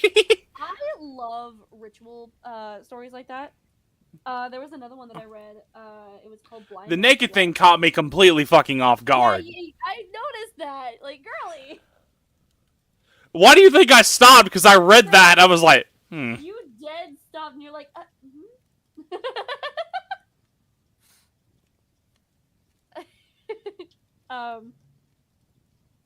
what was it? Oh, I was saying, thanks for spooky stories. It'll keep me up tonight. Yay! You're very welcome, Rill. Have a wonderful night. That doesn't seem right. Exactly.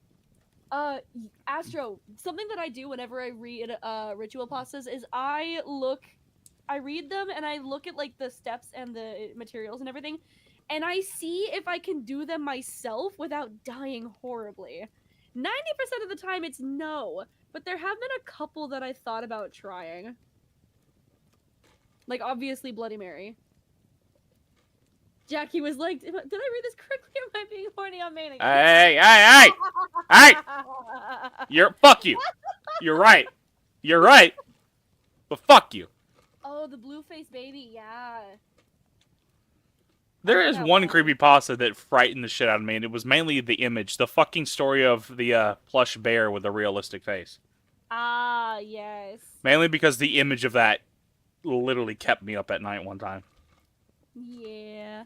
The other one that I read was Dead Poets Game. The Dead Poets Game was another really creepy one. It was basically, if you did it wrong, you would get possessed and you just start killing people. Somebody did it wrong and they got possessed by the soul of a man who was a mass murderer in life. I realize Jackie barely says fuck you to me. Damn. Yeah, because I'm usually fucking you. Oh. Damn. On the subject of pastas, let's I'm gonna move into the very first one that I ever heard that kicked off my love for creepypastas as I know them now. Spookiest thing of them all. Sex. Yeah, true. This one is a Slender Man story. And it's called Tall, Thin, and Faceless. I'm Walls. excited for this. White walls. White, padded walls. Day in, day out. White, padded walls. Let me tell you why I see these white padded walls day in and day out. I am, or at least according to several doctors, certifiably insane. Hallucinations, paranoia, schizophrenia, multiple personality disorders, the list goes on and on. I was a normal working class man, living the American dream. I had a wife and 2 children. My income was high, my debt was low. I had it all. Then things started to go wrong. They started to go in a direction I couldn't even fathom. My wife and I had always wanted to go to the British Isles, but for the longest time the money wasn't there. It took 7 years and 2 promotions before we could even begin to think realistically. Anyway, after months of careful planning and preparation, we were on a plane flying over the Atlantic Ocean. Just me and her, no kids, no job, nothing but beautiful scenery and relaxation for 24 straight days. Fast forward a week. Having taken in many of the big city sights, we decided to see some of the smaller places out in the countryside. Packed a small bag of essentials and took a cab into the rural side of England. This is where things started to go wrong. Not the whole world's coming to an end wrong, even though it sure felt it. Just wrong. We came across an old tailor in a moderately decorated cabin. He said he'd been making suits for over 65 years. My interest was piqued. I decided to splurge a little bit and buy one. Nothing beats the craftsmanship of a home-tailored suit. After paying for it and calling a cab, a picture on a wall caught my eye. It was old, black and white, mid-50s. It was a very tall, very slim-suited man standing on a grassy plain. His face appeared to be smudged out. It was old. I didn't think much of it. Something about this picture was unnerving. It gave me an odd vibe. Felt almost menacing. I inquired about the photo, but the old man refused to talk about it. That just added fuel to my mental fire. Days upon days had passed. My wife and I took in every site, every castle, every grassy knoll we possibly could, but alas, we eventually had to go home. Part of us wanted to stay, but we were exhausted. There was no way we could spend any longer here. Our flight back home was vague, and we were both asleep most of the time. The drive back home was also hazy. We just wanted to relax. As I pulled into the driveway, something was off. Something didn't feel right. I got the same feeling I had when I saw the picture inside the tailor's home. It was a feeling of dread and curiosity. I didn't want to continue, but my mind forced me to. I stepped out of the car, and when I stood under the concrete, my legs suddenly gave out. I fell to the ground on my right hand and found myself unable to force myself up. I must have been more tired than I thought. My wife helped me up and supported me up to the bedroom. I was going to be asleep for a very long time. Or so I thought. That night I was plagued by nightmares of the suited man on the grassy plain. It wasn't really a bad dream as much as it was his presence haunting me in my subconscious. Just standing there, unnaturally tall, unnaturally thin, standing there without a face, without an identity. No matter how hard I tried, his face just never focused. It was as though the picture had come alive in my thoughts but remained unchanged. This went on until I was abruptly woken by the sound of the smashing of a lamp. I raced down 2 flights of stairs leading from the bedroom into the living room. Armed with only the brick we used as a doorstep, I slowly crept to where the only lamp in our house used to be. I knelt down to pick up a piece to examine it when I felt a slight blow of wind from behind me, like a person running past. I shot up faster than a startled cat and spun around to see what or who it was. My eyes still hadn't adjusted, so surrounding me was nothing but darkness. My next step was to listen.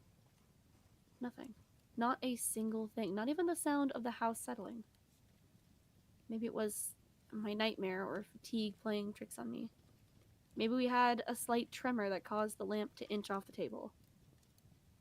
Regardless, I was tired and I sorely wanted to get some nightmare-free sleep. It didn't happen.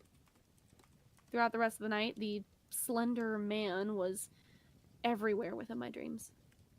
He was a bit curious, though. He only ever seemed to cautiously hide behind the trees. Only in the original photo was he completely exposed. Even subconsciously, I wished I hadn't moved next to a forest, where knowing that he could be lurking, watching me, analyzing me. It didn't take long to force myself awake. 10:46 a.m. I looked to my left, looked to my right. My wife was calmly sleeping. Lucky her.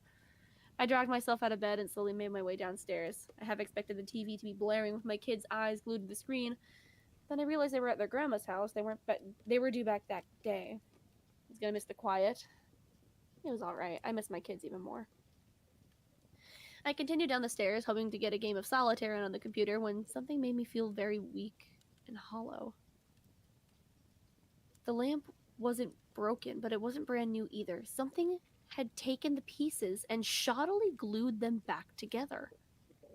And the glue wasn't glue, it was black and rubbery like tar. I would have tasted it for origin, but that's never a good idea. My wife needed to wake up soon. I was starting to panic. I explained everything. I explained what happened the night before about the lamp and the nightmares and such. She just rolled her eyes and told me I was on something. Wives. Sometimes I think they do it on purpose. Still feeling uneasy from the morning, I managed to force myself to look out into the forest behind our house. It was very calm, nothing out of the ordinary. It wasn't completely dark, so it didn't look nearly as ominous as it usually did at night. I was sadly lamenting this night in particular. Suddenly, I saw a light out of the corner of my eye that caused me to nearly jump out of my skin. It was just the kids getting dropped off. Ugh, I swear, I was thinking too much into this. Couldn't keep my nerves steady half the time. Hours passed, we played with the children, put them to bed, relaxed on the couch. My wife was asleep on my chest, and I was nodding off. Slowly closed my eyes. It wasn't long before the quiet was broken, and my wife and I were woken up. A window broke upstairs. In a panicked flurry, we ran up the stairs as fast as we could. Our eldest son, scared out of his mind, said it came from his brother's room. Without even thinking, I kicked the door in. Only the nightlight in the far corner brought light into the pitch-dark room. And there he was. The man from my dreams, the slender man, hovering over my son's bed. Having seen him, I acted without even knowing what was going on. Punches were thrown, long black tendrils whipped all around. The last thing I remember was being held tightly above the ground and thrown against a wall. That's when I blacked out. When I came to, my wife was in tears. I had 3 cracked ribs. My son was gone. The slender man had my son, and there was nothing I could do. But I knew he was going to come back, and that was when I would get him. The rest of the day was full of emotion. My wife could hardly stop crying. My other son was in a constant state of shock. I could barely think straight. I did, however, manage to call the police. I told them my son had been abducted by a man in a long black suit. I kept the details of the tendrils to myself in fear that they wouldn't believe me. But that was the least of my worries. I needed to figure out when he would return. The police showed up and took each of our statements. They examined my son's room and did a quick scour of the forest outside. It seemed not a single piece of evidence could be found. They began to leave when something hanging from a very high-up branch caught their eye. It was a piece of material, black, pinstriped. Much like the suit I bought while I was on vacation. I pointed this out to the police and they inquired to see my suit. I gladly showed them away. When they opened the closet door, what they found was beyond belief. Wrapped in my now tattered suit was my son, completely drenched in blood. He didn't look conscious. Both myself and the police were shocked and disgusted, and I blacked out again. When I came to, I was in an unfamiliar place. Gray, painted walls, small windows on one of them, one exceptionally bland table. Oh, great. I was in an interrogation room. I sat there alone for the good part of an hour before actual human life entered the room with me. Now, my memory's a bit hazy at this point, so I'll try and sum up the conversation as best as possible. The officer said, "Your son didn't survive. Deepest sympathies to you and your family. You've not been proven guilty, but evidence leads toward it. Further investigation must be held. You'll be brought back home. You'll be put under constant supervision, so on and so forth. I was driven home in the back of a police cruiser. Last time I was there in high school was in high school when vandalism was the cool thing to do. I was welcomed with open arms from my still sobbing wife and emotionless son. Going back wasn't easy. Thankfully, we didn't have to stay long. The police explained that we were going to stay at a hotel for a few days. We were gathering our things when a picture from the fridge caught my eye. It was one my late son drew. When I saw it, my heart nearly stopped. In the cutest crayon drawing you can imagine, my son was standing next to a tall, faceless man in a black suit. I made sure no one was around to see me stuff it into my pocket. The hotel was what you would normally expect: simple wallpaper, 2 twin beds, 1 TV, cheap, flowery design on everything else. It would have to do since we were stuck there. We settled in, placing our stuff and lying down. I, on the other hand, went into the bathroom. The only place I knew was private. I locked the door and took the picture out of my pocket. I scoured the page for clues, but to no avail. All that was there was the crude drawing and his name scribbled into the bottom corner. The thing that unnerved me the most was the fact that the slender man had no face. No identity, not a single outstanding feature. Rattled me to the core. But I had enough stress from the day. I needed sleep badly. The night was rough, but I still managed to fall asleep. Not a single dream with the slender man either. Then a banging came from the door. Being half asleep the whole time, it scared the shit out of me. I turned to my right. 5:14 a.m. Heads were going to roll. I dragged myself out of bed and very slowly opened the door. It was the police officer that drove us here. He had a look of panic on his face. He said my son was missing. Nothing clicked. It took me a minute to wake up and grasp reality again. My son's body was missing, snatched right from the hospital. But this time I knew where he was. I knew I had to get back to the forest. I had to find the remains of my suit. It was the only way to stop the slender man. But I knew it wasn't going to be easy. I had asked the police officer if he could drive me back to my house, as I had forgotten something. He pondered a moment and obliged. This time I'd been allowed to sit in the passenger seat. The ride there was quiet. I tried to get some sleep. He didn't start any conversation. When we got there, I was careful to make sure no one else saw me. I entered the house through the front door and quickly escaped out the back and headed for the forest. It was still very dark out, so traversing the heavily wooded area was not easy. The only light that came through was that of the moon. So I walked, almost blind, hoping to find some scrap of my suit. It seemed to be impossible until amidst the darkness I saw a scrap of paper. The white of it stood out like a sore thumb. I leaned down to pick it up, and when I turned it around, what I saw completely horrified me. It was another drawing by my son. Both him and the slender man, but this one was different. There were 3 other people. A boy the same height as him, an older-looking girl, and another boy as big as the girl. And it dawned on me. It was us. My family. My son drew us in with the slender man. I saw a beam of light. It was the police officer. I ran up to him and showed him the picture. I explained that my family was in great danger. All he told me was that there was nothing he could do. He said we could go back to the car and back to the hotel.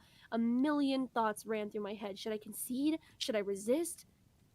What I did next is peanuts compared to what was about to unfold, but I didn't know. And looking back, I didn't want to. I gave in to the police officer's request and began to head back to the car. While he had his back towards me, I picked up a stone and brought it down upon his head. He staggered a bit and fell to the ground. I took the car keys off him and ran towards the car. It was still dark. I needed to get back to the hotel. I screeched to an immediate halt in the hotel parking lot and ran towards the door where we were staying. I swung the door open to behold the one thing that I was trying to prevent. Amidst all the blood that painted the room were 3 bodies making a circle around the slender man. He turned and looked at me. His hollow, non-existent eyes stared deep into me. Emotions I have never felt before, emotions without names, filled my brain and body. It was like he was making me feel everything he ever had. And with an outstretched hand, he said only one thing. One thing that would be burned into the back of my mind forever. Help me. Sirens came from behind me. I turned around to see police cruisers pull into the parking lot and watch them get out, using car doors as shields with their guns aimed at me. I raised my hands above my head. I slowly looked behind myself to see the slender man fade to nothing, leaving only a tattered suit in a heap on the floor. Killed my family. My life would never be the same. And yet something told me I was never going to see him again. I would never be able to exact revenge, even if I figured out how to. Everything up until the white padded walls isn't exactly clear to me. I've been told that after they saw me at the hotel with my DNA on the suit, I was made the primary culprit. After they arrested me and subjected me to frivolous testing, from which they got nothing more than unintelligible noises, I was submitted to this place. The white padded walls, the same white padded walls that I see all day, every day. No one will be able to know what happened to me and my family. The emotions that were broadcasted to me caused me to lose my ability of speech. Now all I can do is write and draw. I write out the emotions that the slender man felt. I draw the things he has seen. They're what keep me in here. I'm a victim of another man's emotion. Sometimes I feel like I've become him. Like we're the same being. That day, I learned something. We were slender. Holy fuck. Uh-oh, bad end. Yeah, soul for real. And now he's in an asylum forever. That was crazy once. Yeah, that was definitely kind of the vibe that gave off, now that you say that. That locked me in. The Slender Man were really the friends we made along the way, true. We were both slender. Motherfucker, eat a cheeseburger then. You're right. Get some goddamn cheese fries. Jesus.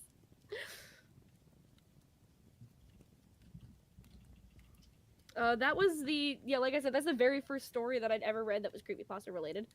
I found that, funny enough, I used to take a mythology class in middle school, and we were doing a subject kind of like around Halloween time, like scary, like creepy myths and like horror stories and like passed down from like generation type shit, and I thought of cryptids. And I'd heard of the Mothman already, so I was like, okay, I'll do something on the Mothman. So I started looking around for stories of the Mothman. Mothman led to like Sasquatch and Bigfoot and all that, but then that led to Slender Man, and I started hearing a bunch of stories about Slender Man. And then I found Mr. Creepypasta, and I heard his narration of Tall, Thin, and Faceless, and I fell in love with the entire concept of creepypastas. Because then after that, I heard the Jeff the Killer story from like 2015, and I was like, oh shit. That was literally, I'm gonna go with Maya here. That was the best Slender Man story I've ever heard in my life. I've heard two that in my opinion are better. All right, Azzy, come here.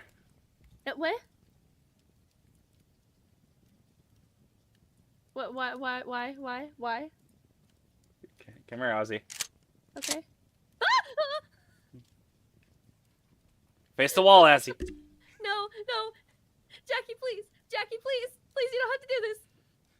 We're gonna make this a real horror story. We're gonna make it a murder. Jackie, please, Jackie, let's talk about this, okay?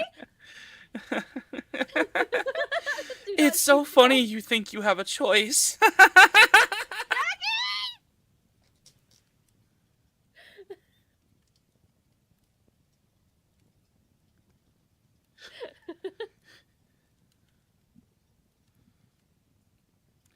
I do have the bit of rest of that one locomotive, that the story that I started reading, and then I realized I was on the wrong fucking one. Oof.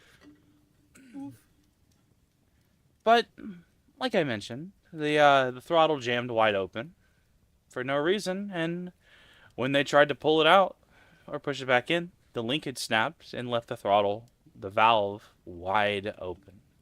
Ooh. And this was the early 1900s. Not many locomotives had air brakes that went throughout the entire train. Mm-hmm. So it just had straight brakes from the tender and a handbrake with old worn shoes. And their crew knew that. Their only hope was to brake and empower the engine. There was a reason for their worry. Not being able to stop at Rockport meant they were way ahead of schedule, and the swing bridge at Boonville would be open for river traffic. A steamboat was coming upriver and would be under the bridge when they switched it. Oh no, straight brakes, were they homophobic? Yeah. Yeah, they were. Damn, I can't believe it.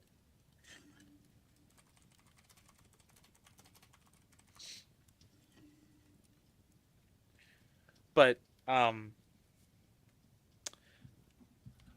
when they reached it, they didn't stop right. If they didn't stop right before the bridge, there'd be no time to swing the span close. They couldn't. Just before the bridge is a slight dip in the track profile, where number 88's worn brake shoes couldn't stop herself. She wasn't under power, but was still moving a pretty good clip and accelerated down the hill and up into the bridge. Her crew jumped clear as the locomotive and the 6 mail coaches plunged into the river at the end of the bridge. Supposedly, she's still down there, buried in the muck of the Mississippi River.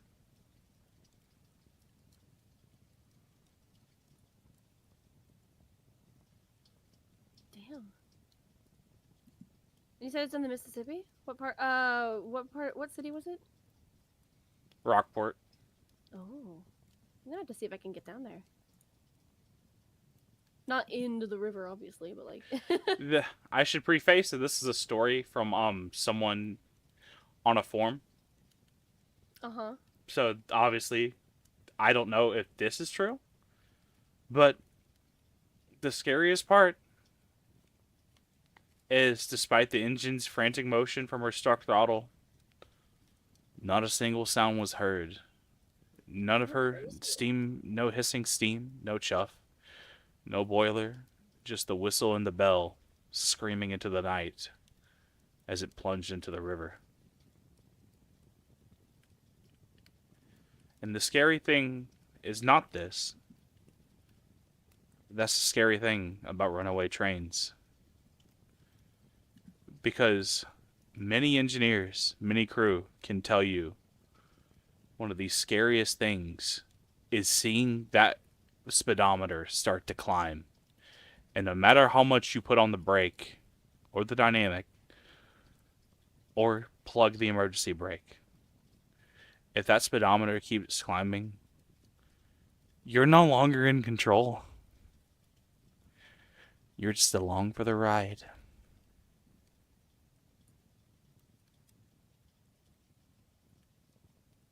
Here's a question. Yeah. I've heard a lot of stories of, like, you know, like demon trains, like trains to hell type of deal. Have you heard Yeah. any good ones about that? I have, yes. There was a subway. Funny enough, a subway train in Sweden.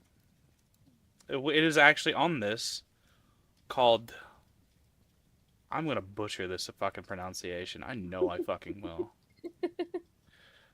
The Silver Plane. Plane. Oh, okay. Basically, Stockholm Metro Ghost subway train. That it was one of the ones that, because they didn't have time to paint it before they put it in the service, they just left it silver. Really? It was basically because it was silver instead of the normal color of Stockholm subway trains. Workers say they see it in the middle of the night. Only stops to pick up ghost passengers. But you look inside, the train is empty. That's a good one. I like that. I like stories like that where it's like, there was one that I heard. It was about a guy who was like taking a subway home, and that subway held essentially dead passengers. And one of the stops, it kind of turned into less of like a horror story, more of like kind of like a feels story where it was like kind of sad. But one of the stops that was made on that train was everybody was getting off the train and reuniting with their loved ones. It was just basically a passenger train to the afterlife, and it was really sad. It was really sad, but at the same time, it was like, oh It is really sad. yeah. Why don't we make this stuff like this more often? Like, oh yeah, no, okay. You probably have seen the other being in the chat there. That's the demon that I made a pact with. She's a part of this now. What, Miss Creepy? Yep, that is her. She is a demon.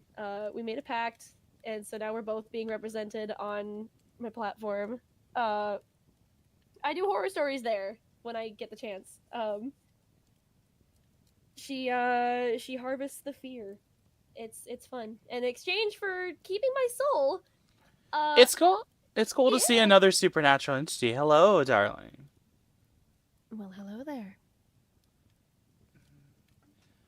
Hello. An interesting place that I have been summoned to. Hello. Why I'm here?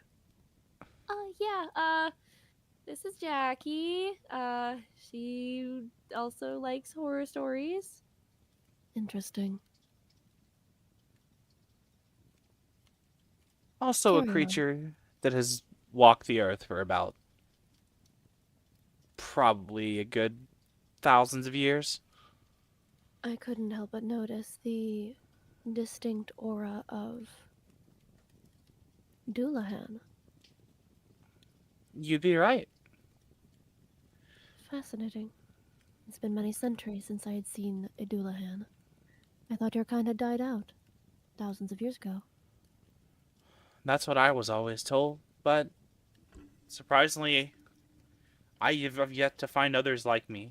But I guess you could say I tip my head to you. And I to you, a survivor.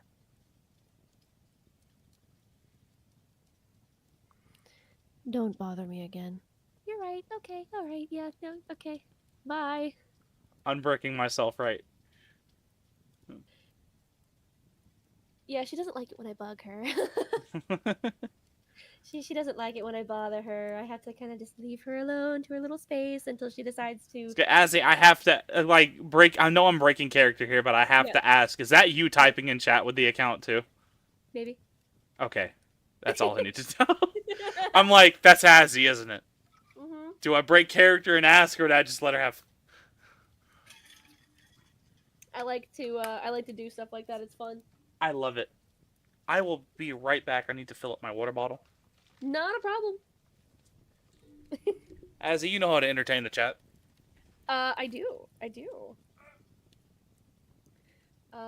Please make sure not to mess up with anyone around. I've had to deal with spirit. Yeah. I haven't really had to deal with spirits all too often. I think because there's a high possibility that I probably have. She's introverted. Don't sweat. It's not that she's introverted. She just doesn't like it when the last time I bothered her when she was in the middle of a harvest.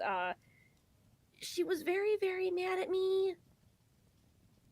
You ever just forget that your Sona is technically a demigod or a god? Yeah, that keeps happening. None of us are gods. Like me, I'm just the silly little creature that just kind of exists in this plane. I'm mortal as far as I'm aware. She, however, is not. She is immortal. She's not a god. She's just a demon, very powerful one that could easily snap my spine in half should she choose, or just plague me with nightmares so she can just harvest my soul that way.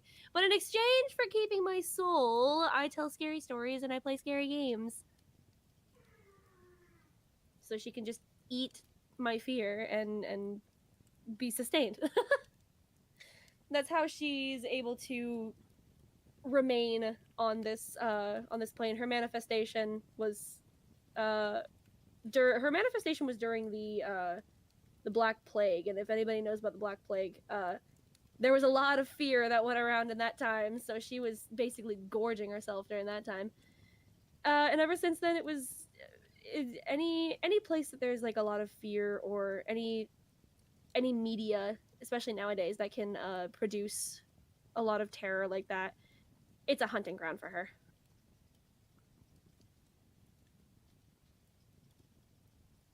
You can go to the closest prison and harvest some souls. Prisons are less sources of fear and more sources of rage, as she's recently discovered. There's not a lot of room for fear in there. It's more just everybody hates each other in there.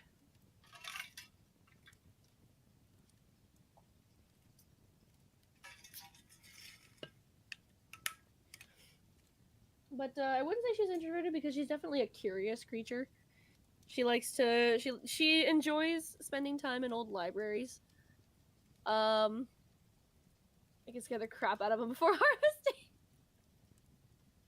I'm afraid it goes further than a simple jump scare. That's why horror games with cheap jump scares like that, they don't do it anymore. I like them, but she doesn't.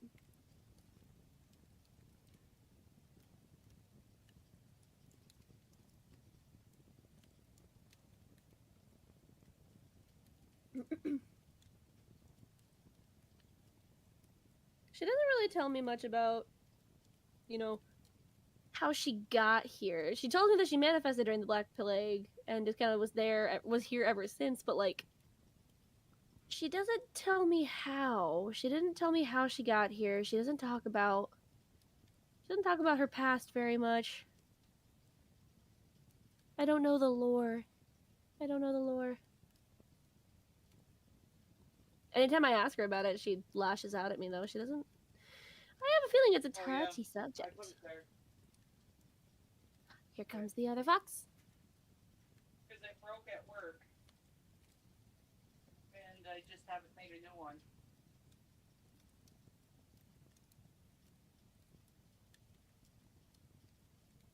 Transforming them into a horrifying mutant to each one of them, scare them all for a little while. Potentially. I mean, if it's if said mutant is a product of their deep-seated fears and terrors, so there's a potential. There's many different ways that produce many levels of fear that she can harvest. Like horror games. When I play horror games or I read horror stories, that's mainly more of like a midnight snack to her. Just a little treat. Yeah, just a little treat. It sustains her for a little while though, which is fine. But like me when I eat two humans. When she really needs to like actually like continue her manifestation and sustain herself for longer, she'll go to places like movie theaters that are screening like new horror films, because usually those either that or like I said, war zones and places that produce a lot of fear. Hospitals are a recent favorite, apparently. Me when I do the thing that I do the feel. Yeah. Yeah, soul. But yeah, she doesn't tell me a lot about her past, and when I try to ask her about it, she just threatens to kill me. It's touchy subject. I've threatened to kill someone before. I threatened to kill many people. I'll probably never do it though. I lost count of the amount of kills I've probably suffered. Ooh, she got a high body count. I've got a high body count in many ways. Azzy, do you want to be one of them? Preferably the not dead one? Actually, who am I kidding? I'll be on the dead one, sure. I'll go to the dead one too. Why not? We ballin'. Fuck it, we ball. Fuck it, we ball. What the quap indeed.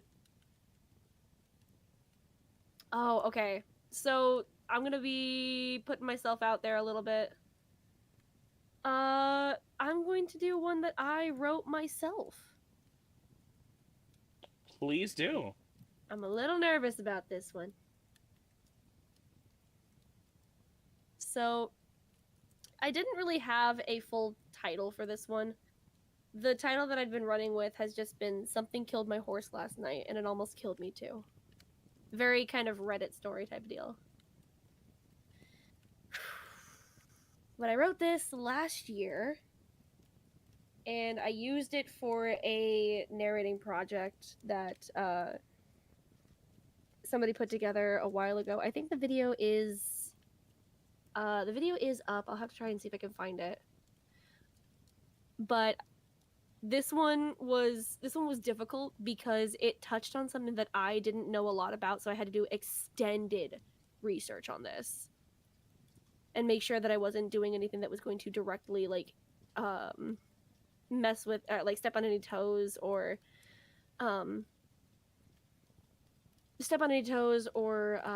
offend any cultures, because if some of you guys don't know, Native American mythology and tales like that are you have to be super careful, because if you're not careful, then you could end up pulling something really bad. Yeah, and there's one thing you do not want to talk about that we're not going to mention on stream. Yep. That being said, here's this one. Someone told me once that all myths and legends have a degree of truth in them.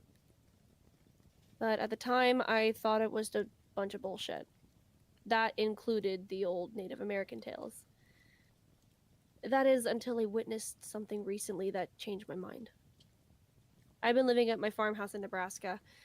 I've been there for about 5 years now, and all have been peaceful and happy.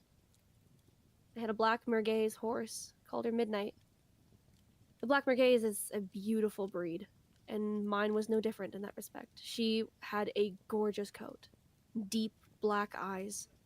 She had a personality that matched my own. She was spunky for sure. But she was also loving with those she trusted. I had Midnight since I was in middle school. She was just a foal at the time. I connected with her right away, and she'd taken to me quickly too. We went on to become show jumpers in my small town. We never made it to state champions or nationals, but we were happy together nonetheless. I decided to take an early retirement after competing after my father had passed away. Got a PhD in veterinary medicine and worked at a shelter for 6 years. Midnight has been my constant companion. I was closer to her than anyone else in my life. Other than her, my brother Henry was the only one I was close with. She would accompany me on my hunting trips. We'd ride into town to get bread and groceries. We were inseparable. It was early October, about 2 weeks ago, when Midnight started to get restless. She was anxious about something. She was unusually hesitant to tread into the forest that surrounded the barn. I clicked my tongue at her and tried to nudge her side to calm her, but she would just stamp her hoofs at me and chuff. I dismounted and walked to the edge of the tree line and waited for her to come to me. After a few minutes, she eventually did. I ran her through a bit of desensitizing, and we were soon on our way. For days, she was like that. One evening in particular, Midnight seemed adamant about her position and refused to move. I patted her neck and asked her what was wrong, but she would just stamp and shake her head. I was about to dismount as I usually did, but I heard something that made me stop myself. A low, growling sound was coming from the forest. It was quiet at first, and I had to strain my ears to even hear it. The sound got louder and louder as it got closer. I gripped the reins tightly as I noticed a rustling in the leaves. Then everything went still. The rustling had stopped. I no longer heard the growling noise. All I could hear was the thumping of my heart in my chest and the crisp autumn wind blowing through the trees. I held my breath and I listened. I waited and scanned the trees that were illuminated by the setting sun. Then I heard a shrill scream that sounded almost but not quite human. Midnight flew into a panic. She stood on her back legs and let out a panicked whinny. I screamed and pulled the reins to the side, trying to get her run back toward the barn to take cover. I knew she got the message because in the next instant we were running in that direction. I snapped the reins and Midnight's pain pace quickened. I could sense she was just as frightened as I was. Something was following us, and it was gaining ground quickly. I could hear a loud thumping sound getting closer. It sounded extremely large and heavy. Something cut us off, and Midnight suddenly was knocked off balance. I shrieked with terror as I was tossed from my saddle and thrown through the air. I landed hard on my left wrist and wincing with pain. I heard Midnight's terrified cries, followed by a sharp snapping and a wet squelching sound, and that scream, that horrible human-like scream, the scream that shook me to the core of my very soul. I looked back to see my horse lying motionless on the ground. Her head was twisted the wrong way, and her stomach was torn open. Blood poured onto the ground beneath her and stained her perfect black coat. That thing was hunched over her was the most disturbing thing I'd ever witnessed in my life. It was a horrible creature, an emaciated deer-human hybrid with large antlers and hoofed feet. Its skin stretched taut over its ribs, its stomach shrunken, and its face gaunt. Its yellowed eyes were fixed on my horse's body, my Midnight. The creature's bony claws were holding the entrails of my best friend, and it was eating them. I could only stare in stunned silence and horror as I watched this thing devour her internal organs. I could feel tears welling in my eyes as I looked onward in terror. The pain of watching that creature consuming Midnight was too much to handle. I was in shock. It took me several minutes to gather myself. I heard another scream, and it took me a few seconds to realize that it was coming from me. The monster turned to look at me, its eyes piercing through my body and filling me with dread. I managed to scramble to my feet and run. I ran as fast as my legs would carry me. I could hear the thump, thump, thump as it ran after me. I heard that horrible, horrible shriek behind me, and I screamed again as well. I threw myself into the barn, quickly closed the door, and locked it behind me. The creature crashed against its heavy wooden frame and clawed at it wildly. I looked around for a weapon and spotted an axe I used for chopping wood. I stood by the door and gripped it tightly in my hands. I panted heavily and I prayed. I prayed to any god that might be out there that the monster wouldn't break in. After several minutes, the scraping finally stopped. I heard the beast screech one final time as it slowly walked away. I collapsed on the floor of the barn, dropped the axe, and burst into tears. I could only sit there on my knees and cry as I waited for the sun to rise. When it finally did, I slowly emerged through the doors and exited the barn. My legs were still shaking as I looked around for Midnight, hoping that what I just saw was not real. They carried me to where I first laid eyes on the creature.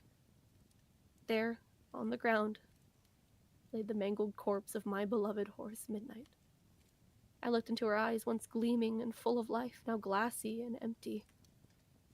My vision blurred once again from my tears, and I pressed my forehead against her mane. I screamed, letting out bellow after bellow of pain, anger, and sadness. I screamed until my throat was raw and my energy was sapped. I had to drag myself back to the barn to retrieve a shovel. I had to do the same as I returned to Midnight's body.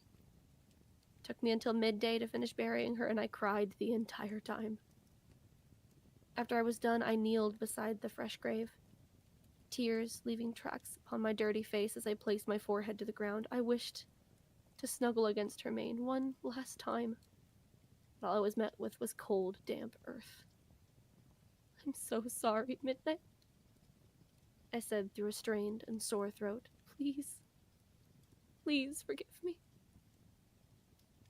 I then put the shovel away and went into the house. It was already dark when I finally awoke. I took a shower and changed into some fresh clothes. The exhaustion crept up to me, and I finally collapsed on the couch. While I slept, I was plagued by nightmares. The creature appeared before me, and I see its horrible yellowed eyes hungrily staring at me. I could hear it screeching and smell its sickening odor. The stench of death clung to it like a fog. Probably wasn't in my right mind at the time, but I decided then and there that I was going to try to kill this thing. It was going to pay for killing Midnight. I grabbed my hunting rifle, a handful of spare rounds, a flashlight, and my rabbit's foot necklace. I wore it every time I went hunting, and I needed all the luck in the world right now. I could feel my heart pounding in my ears as I took my place at the tree line. It was less than 500 meters from Midnight's fresh grave. I loaded my rifle, turned on my flashlight, and waited for the creature to return. I sat there for what felt like a goddamn eternity before I smelled it.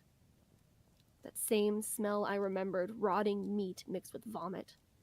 Then I heard it, the telltale growling, low at first, warning me to stay away. I raised my rifle and looked at it through the scope, searching carefully for those glowing yellow eyes. The growling grew louder as it got closer. I held my breath and concentrated on the task at hand. "There you are," I said as I saw the glow of its eyes emerge from the trees. I aimed right at them and fired. I heard a screech, that high-pitched, infernal scream of a wounded beast. I pulled back the bolt on my rifle and fumbled in my pocket for more rounds. I could hear the sound of it getting closer as I quickly tried to reload. Thump, thump, thump. "Shit!" I said as I struggled with my rifle. I finally managed to get the bolt back into place, just in time to see the monster emerge from the trees. I raised my rifle and fired again, but this shot seemed to only graze it. It only jolted the thing. The creature recovered fast and ran straight towards me. I ditched the rifle and scrambled to my feet, but I was too slow. The creature raised its arm and brought it down right on top of me. I felt a searing, hot pain. And then I was somewhere else. I was surrounded by a forest. It was light outside and there were trees everywhere. I could see the sun peeking through the trees, creating beautiful rays of light upon the leaves and branches. A sea of orange, red, and yellow all around me. A light breeze played through them and it was warm and calming. A sound pierced my eardrums, breaking the once peaceful atmosphere. It was a loud, echoing whinny coming from the distance. "Midnight?" I called out. I looked around until I spotted her, pure black, standing not too far from me, stamping her feet on the ground and calling to me. "Midnight!" I cried out excitedly as I ran toward her, but as soon as I got close, she turned and began to run away. Her hooves thumped loudly against the ground, filling my ears with a rhythmic thumping. It was like the creature's, but it was deeper, more rhythm to it. I slowed to a stop. I was confused. Why was she running from me? Then she turned and chuffed at me, and I felt a sort of tugging at my mind. A strange feeling passed over me, but it felt right. Follow her, that's what it was telling me. So I did. I ran after Midnight, and as I did, I felt pain begin to sting my eyes. I felt my body weaken and sag, but I kept running. I continued to run until the pain hit me at full force in that moment. Everything was dark. I couldn't see a damn thing, but I could hear the creature. I must have thought I was dead or no longer a threat. It hadn't eaten me yet, but I thought for sure I was going to die at any moment. And that was when I heard it, that same distant, rhythmic thumping from before. It was quiet, but it was coming from the direction I was facing. I dragged myself to my feet and began to run, my arms out in front of me to guide my blinded self. I heard the monster screaming from behind me, infuriated for being denied its fresh kill. As I listened to the ground beneath me, I noticed the crunching of leaves, freshly fallen leaves from the trees in the forest. It dawned on me, as I continued to follow the hoofbeats and braying. It was Midnight. Those old stories that I had heard were true, and Midnight was leading me away from the creature. I ran more confidently now, somehow managing to avoid crashing into trees, but still tripping over fallen logs and branches. I caught myself on brambles and low-hanging tree limbs, scratching my skin, and was nearly grabbed by the creature several times. My mind was clear of everything but the sound of hoofbeats and the crunching of leaves under my own 2 feet. I then began to smell something new. I stopped and sniffed the air. Was it gasoline? No, exhaust. Where was I? I listened, but I couldn't hear anything except the crickets and birds around me, as well as my heart pounding in my chest. The hoofbeats were gone now, but so too was the monster. I walked until the ground changed from earth to pavement. I was on a road now, I realized. I kept walking, calling out to anyone, hoping someone would hear me. The sound of an engine made my ears perk up, and I felt my heart flutter. I began to wave my arms wildly and shout as I heard it getting closer. I heard a vehicle slow to a stop and its door open. "Hey, are you okay?" A man's voice called out to me. I need to get to a hospital. Please, I can't see," I cried. When I finally got to the hospital, I asked someone to call my brother. I told Henry what happened, but of course he didn't believe me. I am irreparably blind now. The monster destroyed my sight and took away my best friend. But I know my Midnight is still out there, watching out for me and protecting me from harm. She saved my life, and so I will honor hers. Thank you, Midnight. Thank you, my girl. No. Let me collect myself for a second. Oh no! That was beautiful. Like, there's no other words I can describe that other than beautiful. Yeah. I had to do, like I said, I had to do very extensive research for that one. Hearing the way the horse died filled me with a rage that I have never I had in a know! while. I had to hurt myself with that one. I had to hurt myself so bad with that one.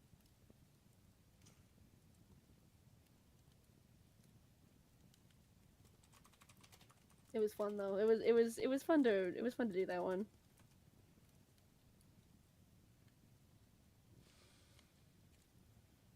It was really good.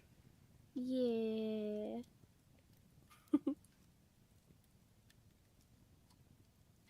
That was phenomenal. For midnight! Exactly! Justice for midnight! But, I had wanted to do something that was kind of, that I wanted to make a Wendigo story. And that was why I had to do the extensive research that I did, because Wendigos are tricky things. Because if you don't write it correctly, holy fuck, people get mad. People get really, really mad. Understandably mad, but like mad all the same. It's because it's having to write it in a way that you can also respect Native American culture. Exactly. And that's exactly what I tried to do. It was tough, but I got it, I think. I enjoyed writing that one.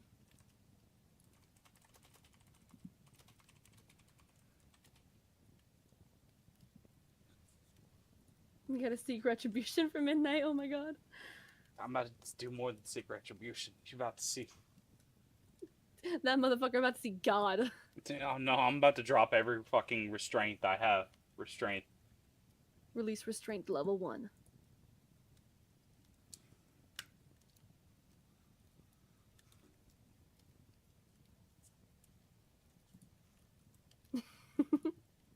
I'm glad you guys liked that one though. The first time I ever like recorded that one, I actually had to scrap the take because like halfway through I was crying. Are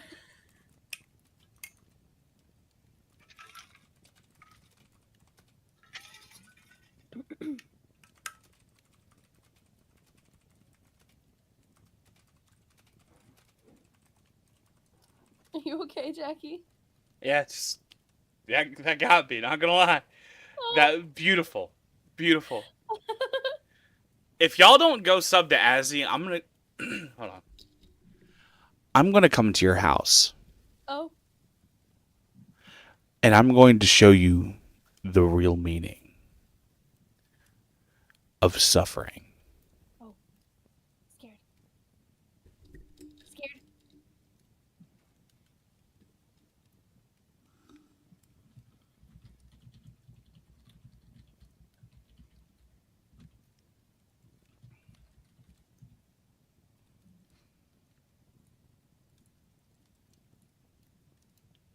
You're not gonna eat all the frosted flakes. Not again, not the frosted flakes.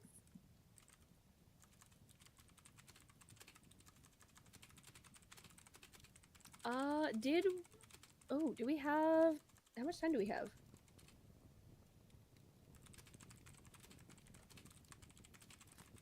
I know it's 11:36 right now. How much time are you wanting to go for? I'm good with whenever.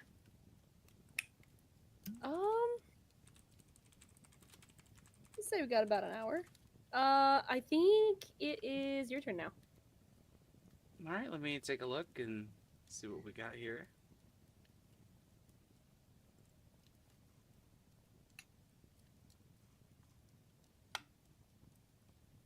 Ooh, ouch. Did we do the Quiet Sky? We did not yet. Oh, this is gonna be a good one.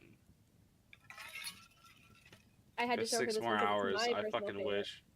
Oh my god, I could do horror stories for hours and hours on end. This one, I had to show Jackie this one because this one's my favorite. This one is really good after I read through it. Oh But- yeah, it's so good. Go for it. I'm ready. I'm ready. The Quiet Sky. It started when we called out to the stars. So why did I say stairs? Let me try that. Yeah, It started when we when we called out what's upstairs. They can't talk. It started when we called out to the stars, into the darkness. We felt so small, tumbling through the vast emptiness while clinging to the skin of the world. And without a single reason why. We were curious, yes, but ultimately, I think we were just terribly frightened. We were young, so very young. We were children, and like a lonely, lost child, we only did the thing we could think of to make it stop. We did what we thought we had to do to make the universe make sense. We called for help. For years, we scanned the sky for a sign. We sent signals to the stars and the darkness beyond. Are we alone? The skies were quiet, always so quiet, leaving us to our own makings. But crying children never cease, and neither did we. We sent calls to every corner of space for decade after decade.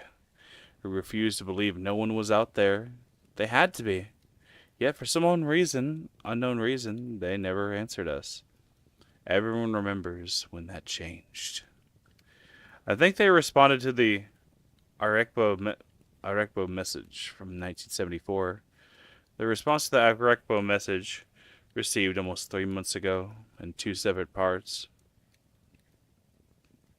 The first part of the message was received at the Hat Creek Radio Observatory in California. The Allen Telescope Array picked up what sounded like static interference that could be continued for over an hour. And it consisted of intelligible screeching and buzzing sounds that connected without a pause for a whole hour. The meaning of this message was never discovered, if it had one. The only thing we knew is the signal's origin came from somewhere in the Hercules constellation, near Messier 13. As soon as the signal stopped, the real message began. We made contact that day, and we were asked a question. Who is there? It came not through the radio, but as a voice inside all of our heads, and asked the question to all of us. I heard it, my wife heard it, the young heard it, and even the old heard it. Even the deaf heard it. Everyone, everywhere, heard this whisper that question in their heads in every language on earth. I remember it almost too clearly. It asked in that familiar yet indescribable voice that's always there in my mind. It was like one of my own thoughts had gone rogue and decided to speak directly to me. The world seemed to stop as everyone listened for what came next. Where are you? The heavy question seemed to linger in our minds for hours afterwards, and then for days, then for weeks. That day changed everything. There were the doubters from the very beginning, the holy ones who claimed that God had spoken to all of us when the time to repent was now. There were ones who claimed they heard nothing, and those who claimed that the aliens had given their own secret message. And of course, there were those who truly believed that we'd been contacted for the first time by an extraterrestrial race like us. One ready to communicate, ready to lead us out of the dark. We were wrong. We never made contact with alien life, at least. Nothing comprehensible or discernible to human understanding.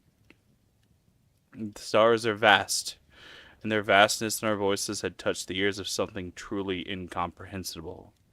Something hungry and malevolent. The voice. We started our mistakes when the ground started to groan. Beneath our feet, everywhere, the ground seemed to moan. The muffled sound shook through the dust and dirt below us. No one knew what was causing it. At least, not until the calls started coming in. The graveyards were screaming. All at once, the dead had started screaming. Every deceased man, woman, and child turning in their graves. And the animals did so too. Every dog, cat, and everything that had ever walked this earth. The cries of the ancient whales shook the seas. The shrill screeching of birds echoed in the forest. The casket shook and the morgues howled. The voices stopped together, as the instant leaving the world in an amplified silence. In their absence, a new sound filled the air. The voice returned. I hear you. It came as a whisper from behind, an ominous yet oddly playful presence that felt so close. It was truly still so far away. It let us breathe in the silence for a minute before it made us a promise. It was a promise we all knew had to be true. I am coming. The voice was gone, and the air was filled with screams. This time they were from the living. After the voice had gone, we were left to our own devices. Millions panicked, and rightly so, as chaos took hold of the streets. Many would die in the violence and the gunfire of that night. They would be known as the raptured before long, and the result, the rest of us were the condemned. We could only wait. I got lost. Hold on. That first night after the screaming, we noticed the stars bled. We noticed the stars bleed for the first time. A section of the western sky had turned black. Blacker than night. It was only truly visible because of the ring of stars around it. The light from those stars had turned red, and they seemed to bleed across the sky, and a food coloring dropped into water. Their light swirled and flowed all around the edge of some unseen mast. I knew then that we were staring at the face of a voice. The scientists claimed that nothing was there, and the radar and scans came up empty. Their telescopes could see nothing but the darkness of that section of the darkness in that section of space. However, the proof was right in front of us that night. That every night that ring of darkness got wider, and the stars bled into the sky. We watched it come. As each night passed, the black spot would widen. More stars would distort and bleed around it. During the day, a new hell would greet us. The side effects worsened. A day always brought something new. I'm sure most of what happened would go untold and unknown. The animals started disappearing. All of them. No tracks, traces, or bodies were left behind. Pets would run away, some violently so. They all retreated, never to be seen again. The forest was left abandoned. The oceans empty. The air was left silent. The world left empty and lonely. They left the water receding from the shore like water receding from the shore just before the tsunami breaks. One day, about 2 weeks ago, the scientists tried to talk to the voice again. They hoped perhaps to reason with it. They told it was what was happening on our world and asked it questions. It didn't speak. When asked, "What do you want?" the voice sent a response. The next night, the skies lit up with streaks of fire. It was a light for hours, blazoned with orange and red. And we didn't realize the effects until the next day when the televisions turned to static. The telephones refused to work. We had sat watching as all the satellites were knocked out of the heavens. After the reports became rumors and rumblings, sanity a thing of the past, the air chilled and weighed us down. The voice was here. Everyone felt it. It rained for a week after the satellites fell. The rain salty and mirrored with an unknown filth that turned the grass black. Maybe with the satellites tracked something back in them. The satellites tracked something back in them when they hit the sky. No one knew for sure. All we knew is it fell from clouds black as charcoal that blotted out the sun like liquid ash. Darkness fell upon us for days.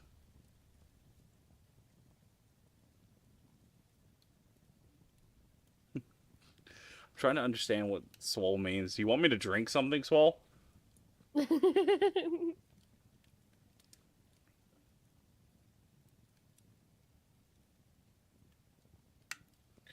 When the clouds went away, the skies were empty, and there were no clouds. Yet the sky hung low and gray. Oh, okay. I did take a sip. If the sun was anywhere in the sky, it never made itself known. Even it has abandoned us.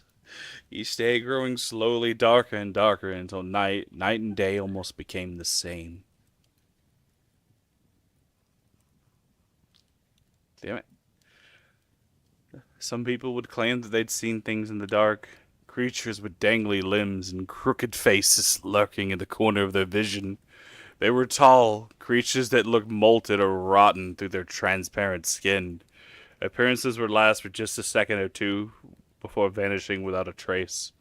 Some believed this was the first step in the aliens' invasion, but the rest of us didn't know what to think. We just knew that it was nothing simple or benign. They must have been hallucinations. Just more madness to endure, but ultimately as harmless as anything else. As harmless as the screams of the dead, the missing animals, and the dying sky. Appearances slowly increased in duration and number. I think everyone saw them at least once. But I don't think a single person would ever guess why they truly were here. They never touched nor spoke to anyone. And they certainly never harmed anyone. Most who got good looks at them described them as mournful or sorrowful looking. Some even claimed the creatures watched over them at night.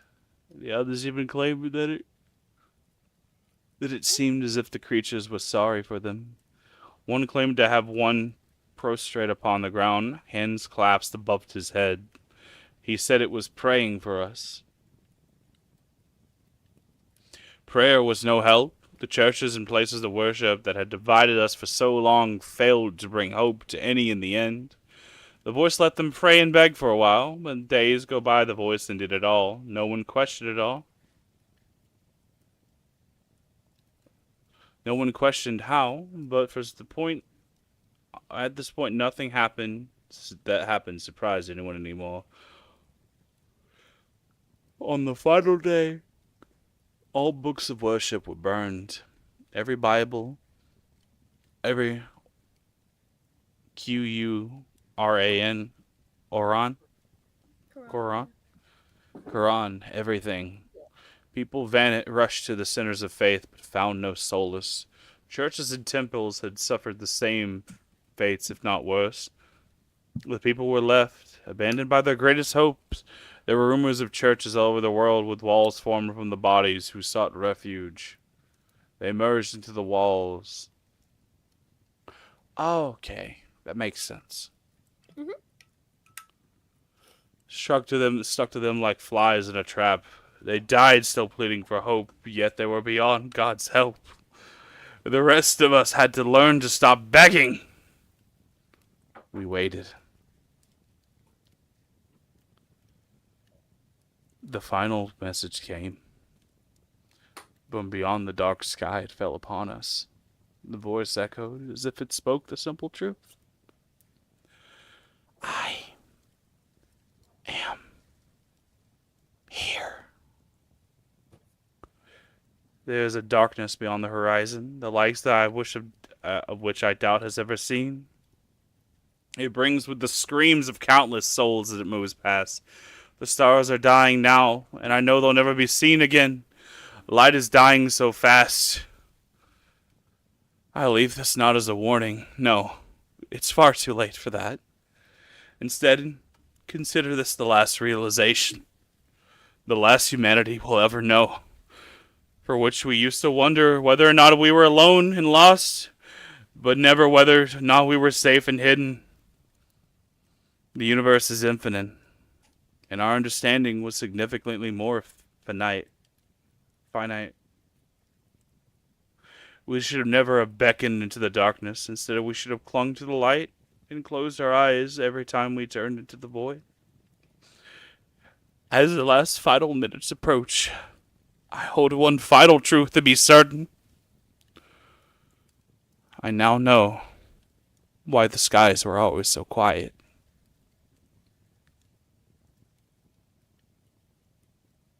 I love that story so much. It's such a so good good. story. It's such a it's like it's an entity story, but it's also like a heavily existential one. It devolves into an existential crisis, and I love it.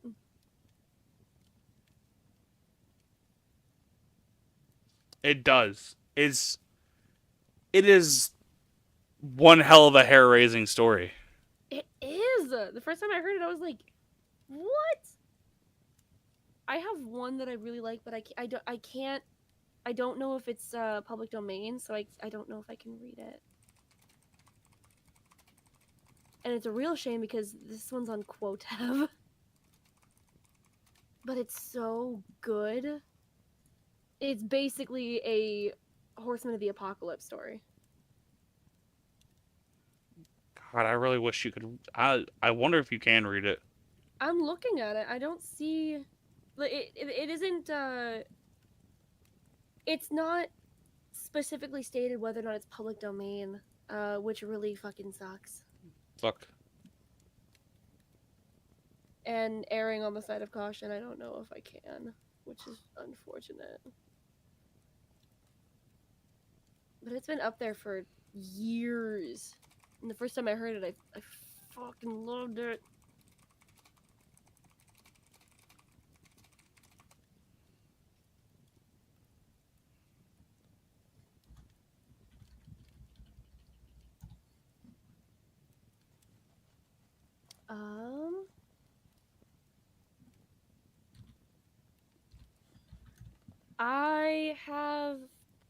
I have one more. I have a poem. Let's hear it. This one is actually the inspiration for Insidious, the movie. Really now? Yep, it's called Into the Further You Go. To start your venture into the fray, first you settle at the end of the day, plead you to prepare you for what you may see. You thank him for placing the fruits on the tree, and as the ticking takes you further below, into the further you go. You light your home with a single flame to guide you out and far from to claim, away from the smoke and what you may see. To flee back to safety, the light is the key, and as the ticking takes you further below, into the further you go. Close your eyes and sharpen your mind, for all weariness you leave behind. Any links to love and the world must be shed, for what lies below longs to hide in your head. And as the ticking takes you further below, into the further you go. Meditate for an hour and a second, keep your mind here and refrain from flexion. Contemplate the further and what you may see. Let your mind open and your soul will be free. And as the ticking takes you further below, into the further you go. As you steady in this state, explore and venture, but do not wait for any company you decide to stem. Go on without, and here you can't see them. And as the ticking takes you further below, into the further you go. Take the candle you lit before and venture out of the nearest door. Your sanctuary is gone, your home disappeared. Welcome to the further and all that you feared. And as the ticking takes you further below, into the further you go. Normality now is to see blinking red lights near and around you in the curling rise of yellow smoke and fog you were sure definitely was not there before. And as the ticking takes you further below, into the further you go. Your ears in the eternal night play tricks, that the faucet overflows with the waters of Styx. The reddest lights continue to gore as the smoke leads you to the front of his door, and as the ticking takes you further below, deeper into the further you go. A warning to all adventurers, beware, the bodiless eyes bid a scarlet glare, to alert that you're here to their invisible peers. Behind its door, their warnings he hears. And as the ticking takes you further below, deeper into the further you go. If you grow scared, your journey must stop. The further comes alive to bargain a swap of their empty blackness for your beating heart. Go in through the door for the end to start. And as the ticking takes you further below, deeper into the further you go. On the other side of the gated way, the flames of hell much further away. Hideous thoughts and smells abound, their faces spin around and around. And as the ticking takes you further below, deeper into the further you go. They stare out at you from a single frame, their mouths moving quietly and uttering blame and hate for you and all that you've done. You feel to end, your mind will run. I counted 3 times. I counted 3 the time I went. In the tall mirror, their faces bent and curved around like painted frown that one could find on the face of a clown. These are the faces of the people you've lost, the ones you envisioned, the ones that caused you heartache and longing for months on end. Your thoughts of goodbye up to heaven you'd send. But no, here they are, and they swirl in the mirror. Down in the further, life becomes dearer than anything that could have sparked the idea to share a midnight somewhere but here.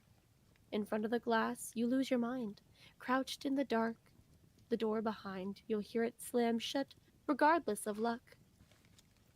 Inside the further, you're stuck. I love that. Isn't it good? Yeah, that one was apparently the inspiration for Insidious. I can't believe that. Yeah, there's a lot of debate on like what the further is. There are some that believe it's like the Venture's own personal hell, or it's just hell itself. It has an anonymous author though. We don't know who wrote this. I want to assume it means hell itself, actually. Mm-hmm.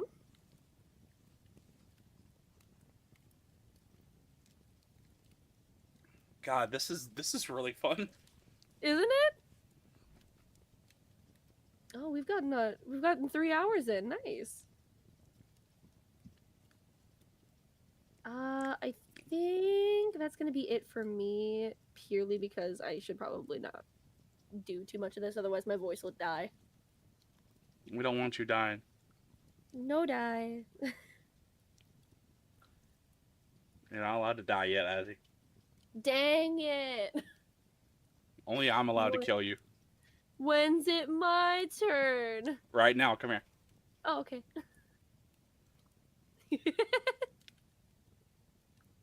Did you know there is a ghost of President Lincoln's funeral train, by the way? Oh? It said that it happens on the anniversary of his death, and the train, any clocks that the train passes each station stop. The train is lit by dim lanterns, accompanied by phantom mourners and toning bells. Skeletal guards stand guard at President Lincoln's casket in Union garb. They said the train is also covered in a black cloth as it travels through the night every year on the anniversary of Lincoln's death. Oh. That is fascinating. I need to hear more train stories. More than just like, ghost trains and shit like that. No, I need real shit. Real shit. I can tell you plenty of train wrecks. I love those. But for the time being, I think that is enough for me today. How you feeling? I'm feeling pretty good. I think this is a good place to cap it off. Yeah, I think this was a success.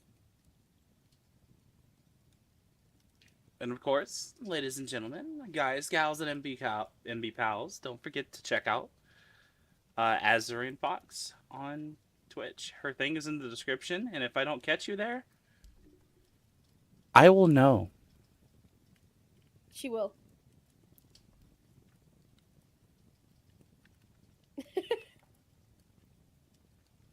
I don't think you want to find me hunched over in the corner of your room at night, You would be too, wouldn't you, you fucking goblin?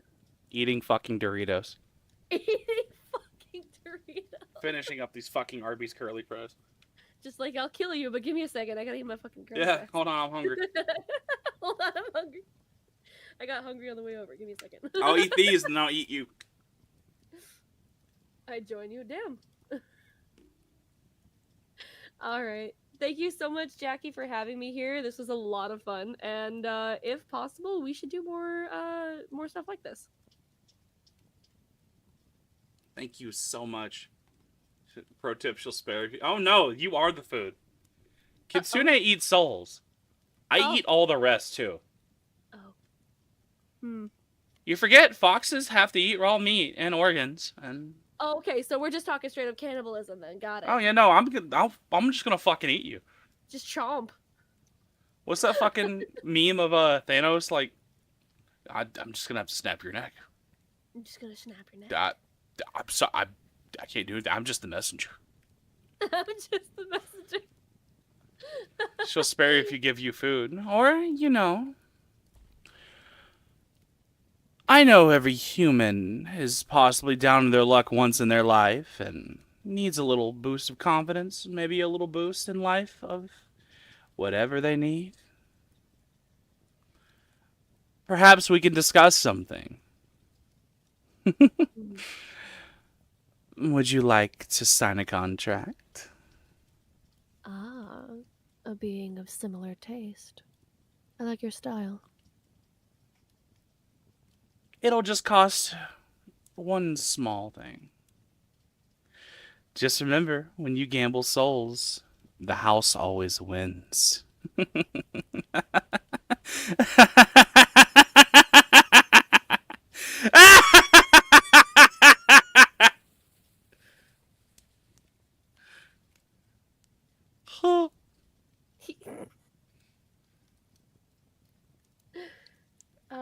Jackie, have you ever told Azzy how I finessed you out of your contract game?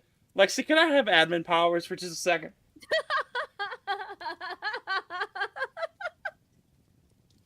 No, because now I gotta hear this. Oh, look at the time. Mocha, do tell. So, Mocha, she signed the contract, Mm-hmm. but her wish was eternal companionship. Oh, what? So technically, I'm not allowed to take her soul, but I still own her soul. That's the greatest loophole I've ever heard in my life. I mean, my friend Liam did it because he doesn't have a soul. Oh. That's adorable, though. What? Oh. So she kills me and takes my soul. The contract is void. Oh, damn. That's so clever, but at the same time, fuck, man. I wonder if I can make you gay panic real quick before we go. That's not gonna be an issue. As you remember, what do you know what my favorite fucking thing is? One of my favorite things? Besides Mocha? Yeah, well, there's that. She's my number one favorite thing. The second is the Rio Grande. One of them is the song from Princess and the Frog, Friends on the Other Side. Oh, yeah, I love that one. Don't you disrespect me, little fox. Oh. Don't you delegate or derive. You're in my world now, not in your world. And I've got friends on the other side. Ma'am, respectfully. Respectfully.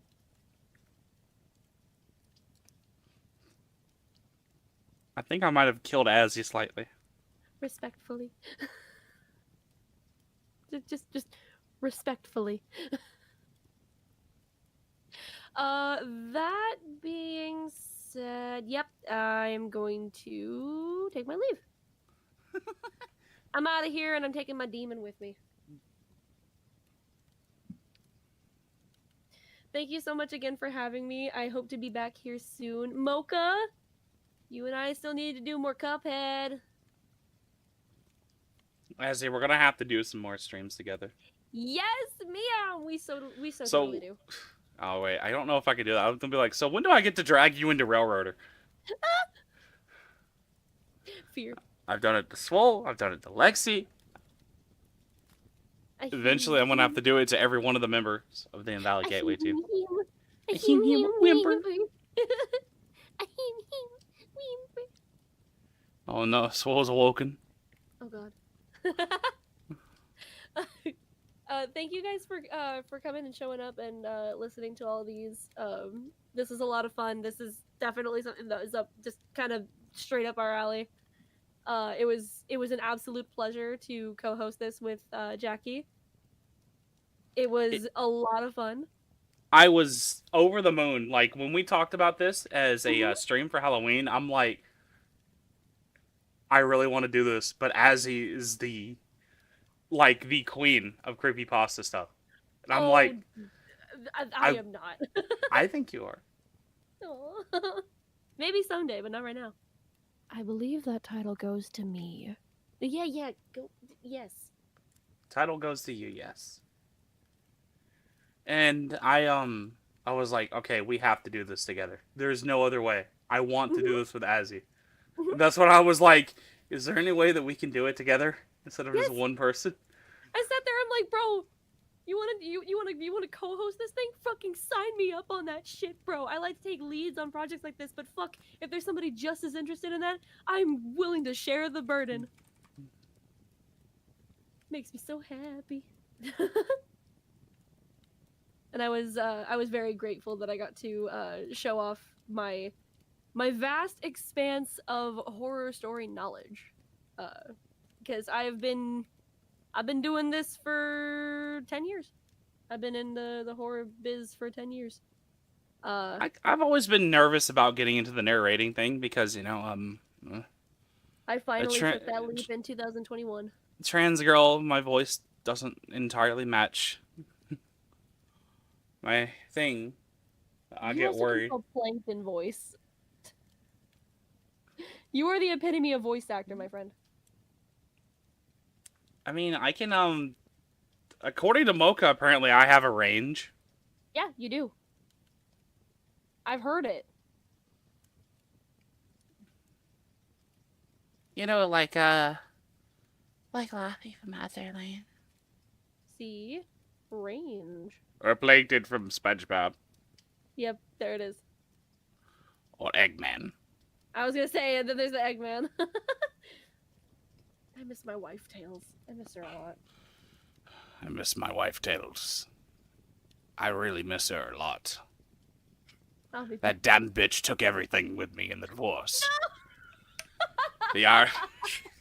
The IRS took my wife and kids. I knew it. Those greedy bastards. Eggman, you had kids? Yeah, those little shits. I know, right? I want to have that level of range, but I do not. I do a decent shadow, like, right Jason Griffith shadow. Alright, that was a sight to turn around to see Nair naked. But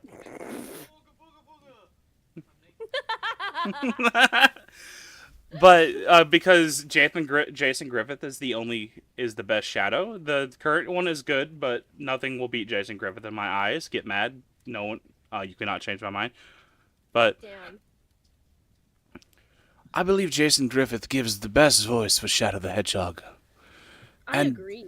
he's really good at it. He provides quite a turn. just fucking making him British. Do it. He's British. Do it, he's British.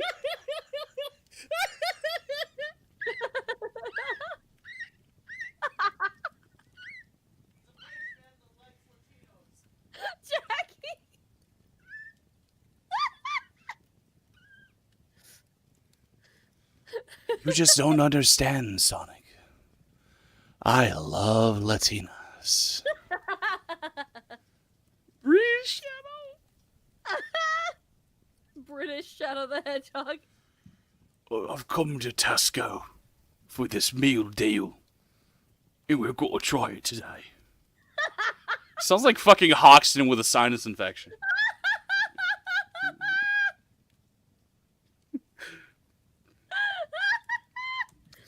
Oh my god.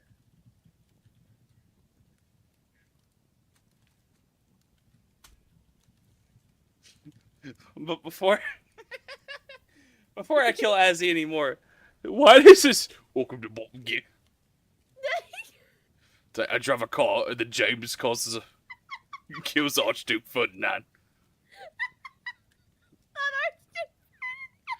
Don't forget our code. MX B50 revving my wife a night. Yeah. But with that, thank you so much to Azzy for joining me tonight, and I want to wait till you see more stuff on this channel with Azzy. Azzy, I'm going to drag you at some point, either this week or next weekend, and we're going to try to get some IGT members to watch Hellsinger Bridge.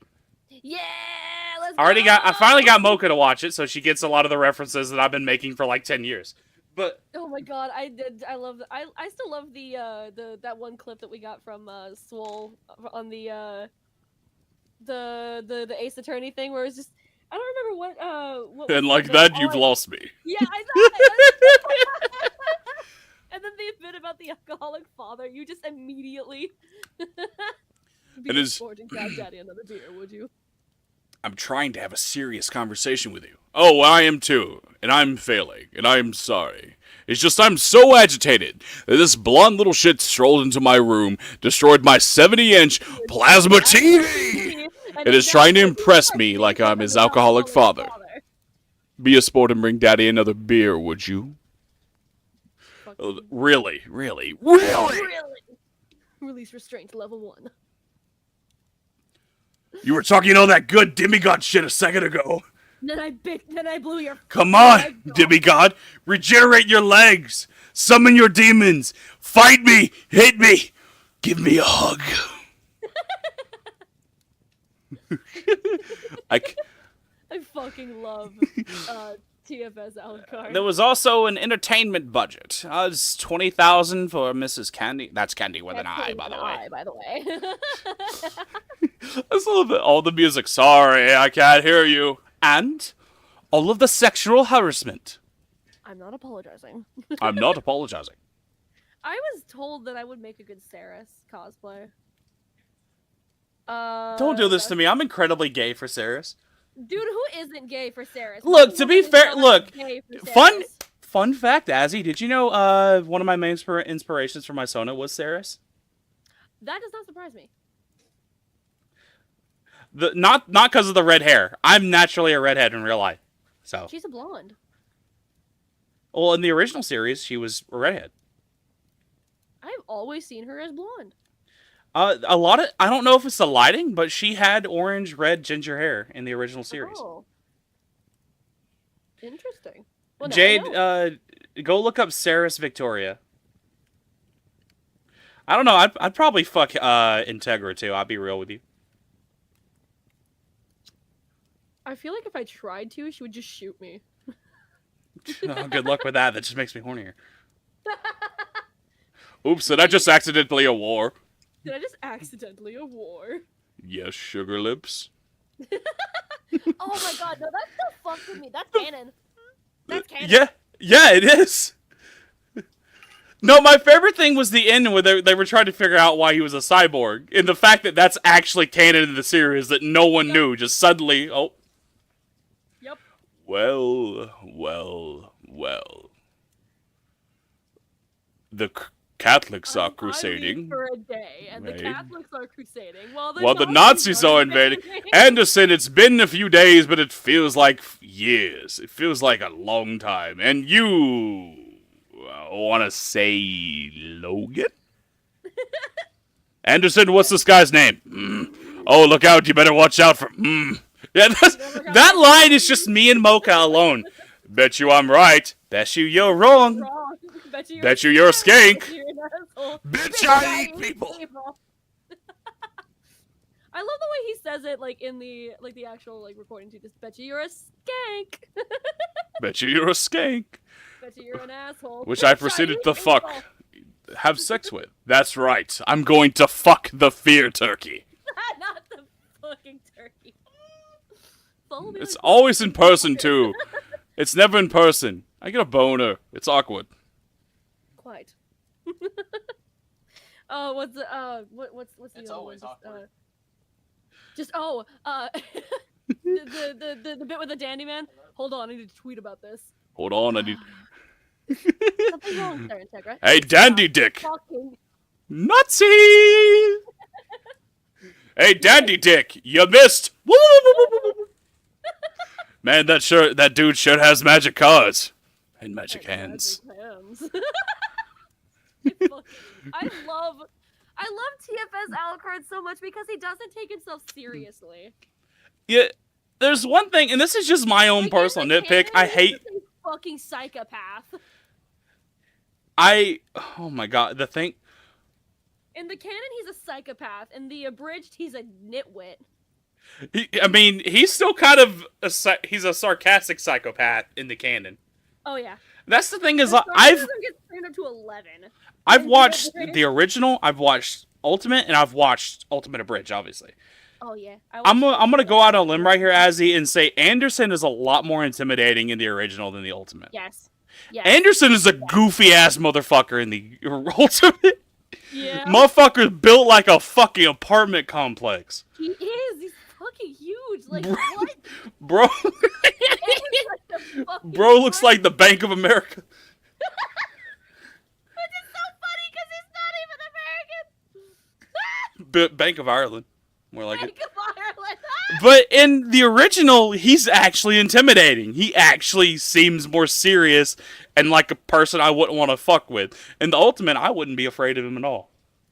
He just looks like he's fucking like I would be high as a afraid of him kite for- most I of the would be time. afraid of him for literally only one purpose. Because he's a Catholic priest. Oh yeah, good point. And no little Timmy grew to your crotch. Progress. Progress. That's the one line that gets me. You're the Catholics. You got here via your private jet. Paid by, oh yeah, that's right, all of your great supporters to spread the word of God all over his naked back. That is so fucked. There's It's one so character, fucked up. and I feel bad saying that I like this character considering what she is. She. One of my biggest crushes in Hellsing. You guys can get mad at me later. I don't endorse anything that she does. Rip Van Winkle.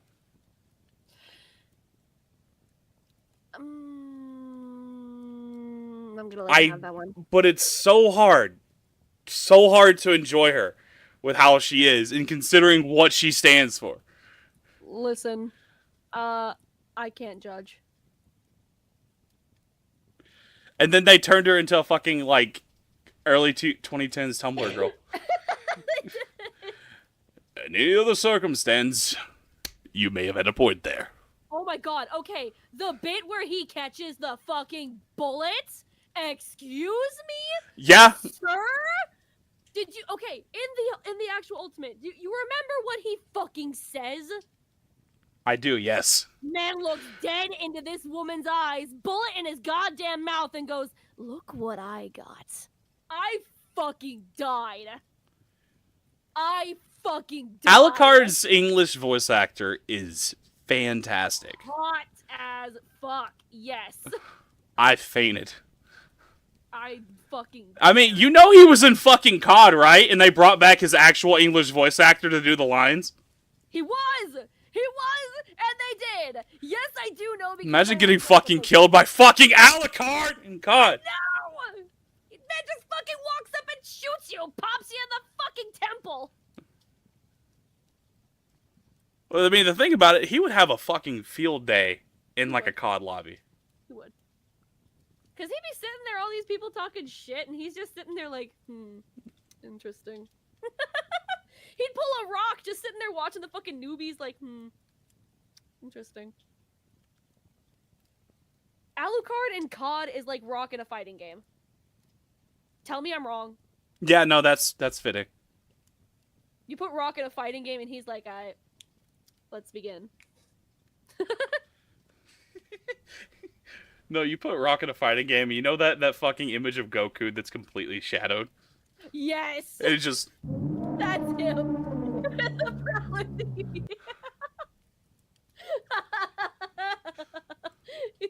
Mocha checking to see all the brake lines in the train aren't working, looking behind her to see me like that. I just realized if I can kill Mocha, I can get out of the contract.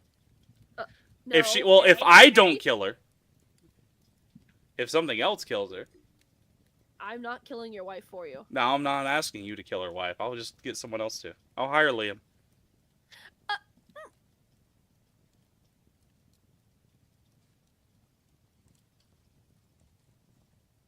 Anywhoozy. Oh wow, we are like half hour over the time that I was supposed to. No, I like this fucking. I'm having fun. This is way too much fun, and if it goes on too long, then none of us are getting sleep. I feel like me and you are gonna look out and be like, "Oh, it's 6 a.m."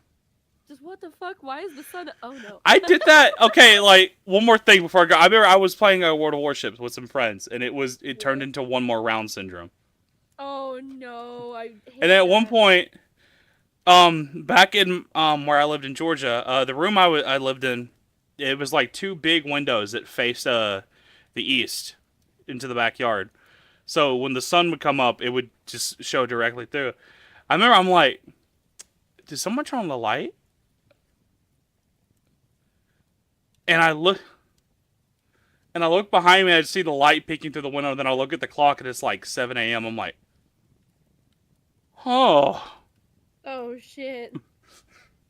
I'm gonna go to bed, guys. Alright, I still got a party to go to, so I'm gonna head out of here. Have a great time, Azzy, and thank you all so much for tuning in tonight.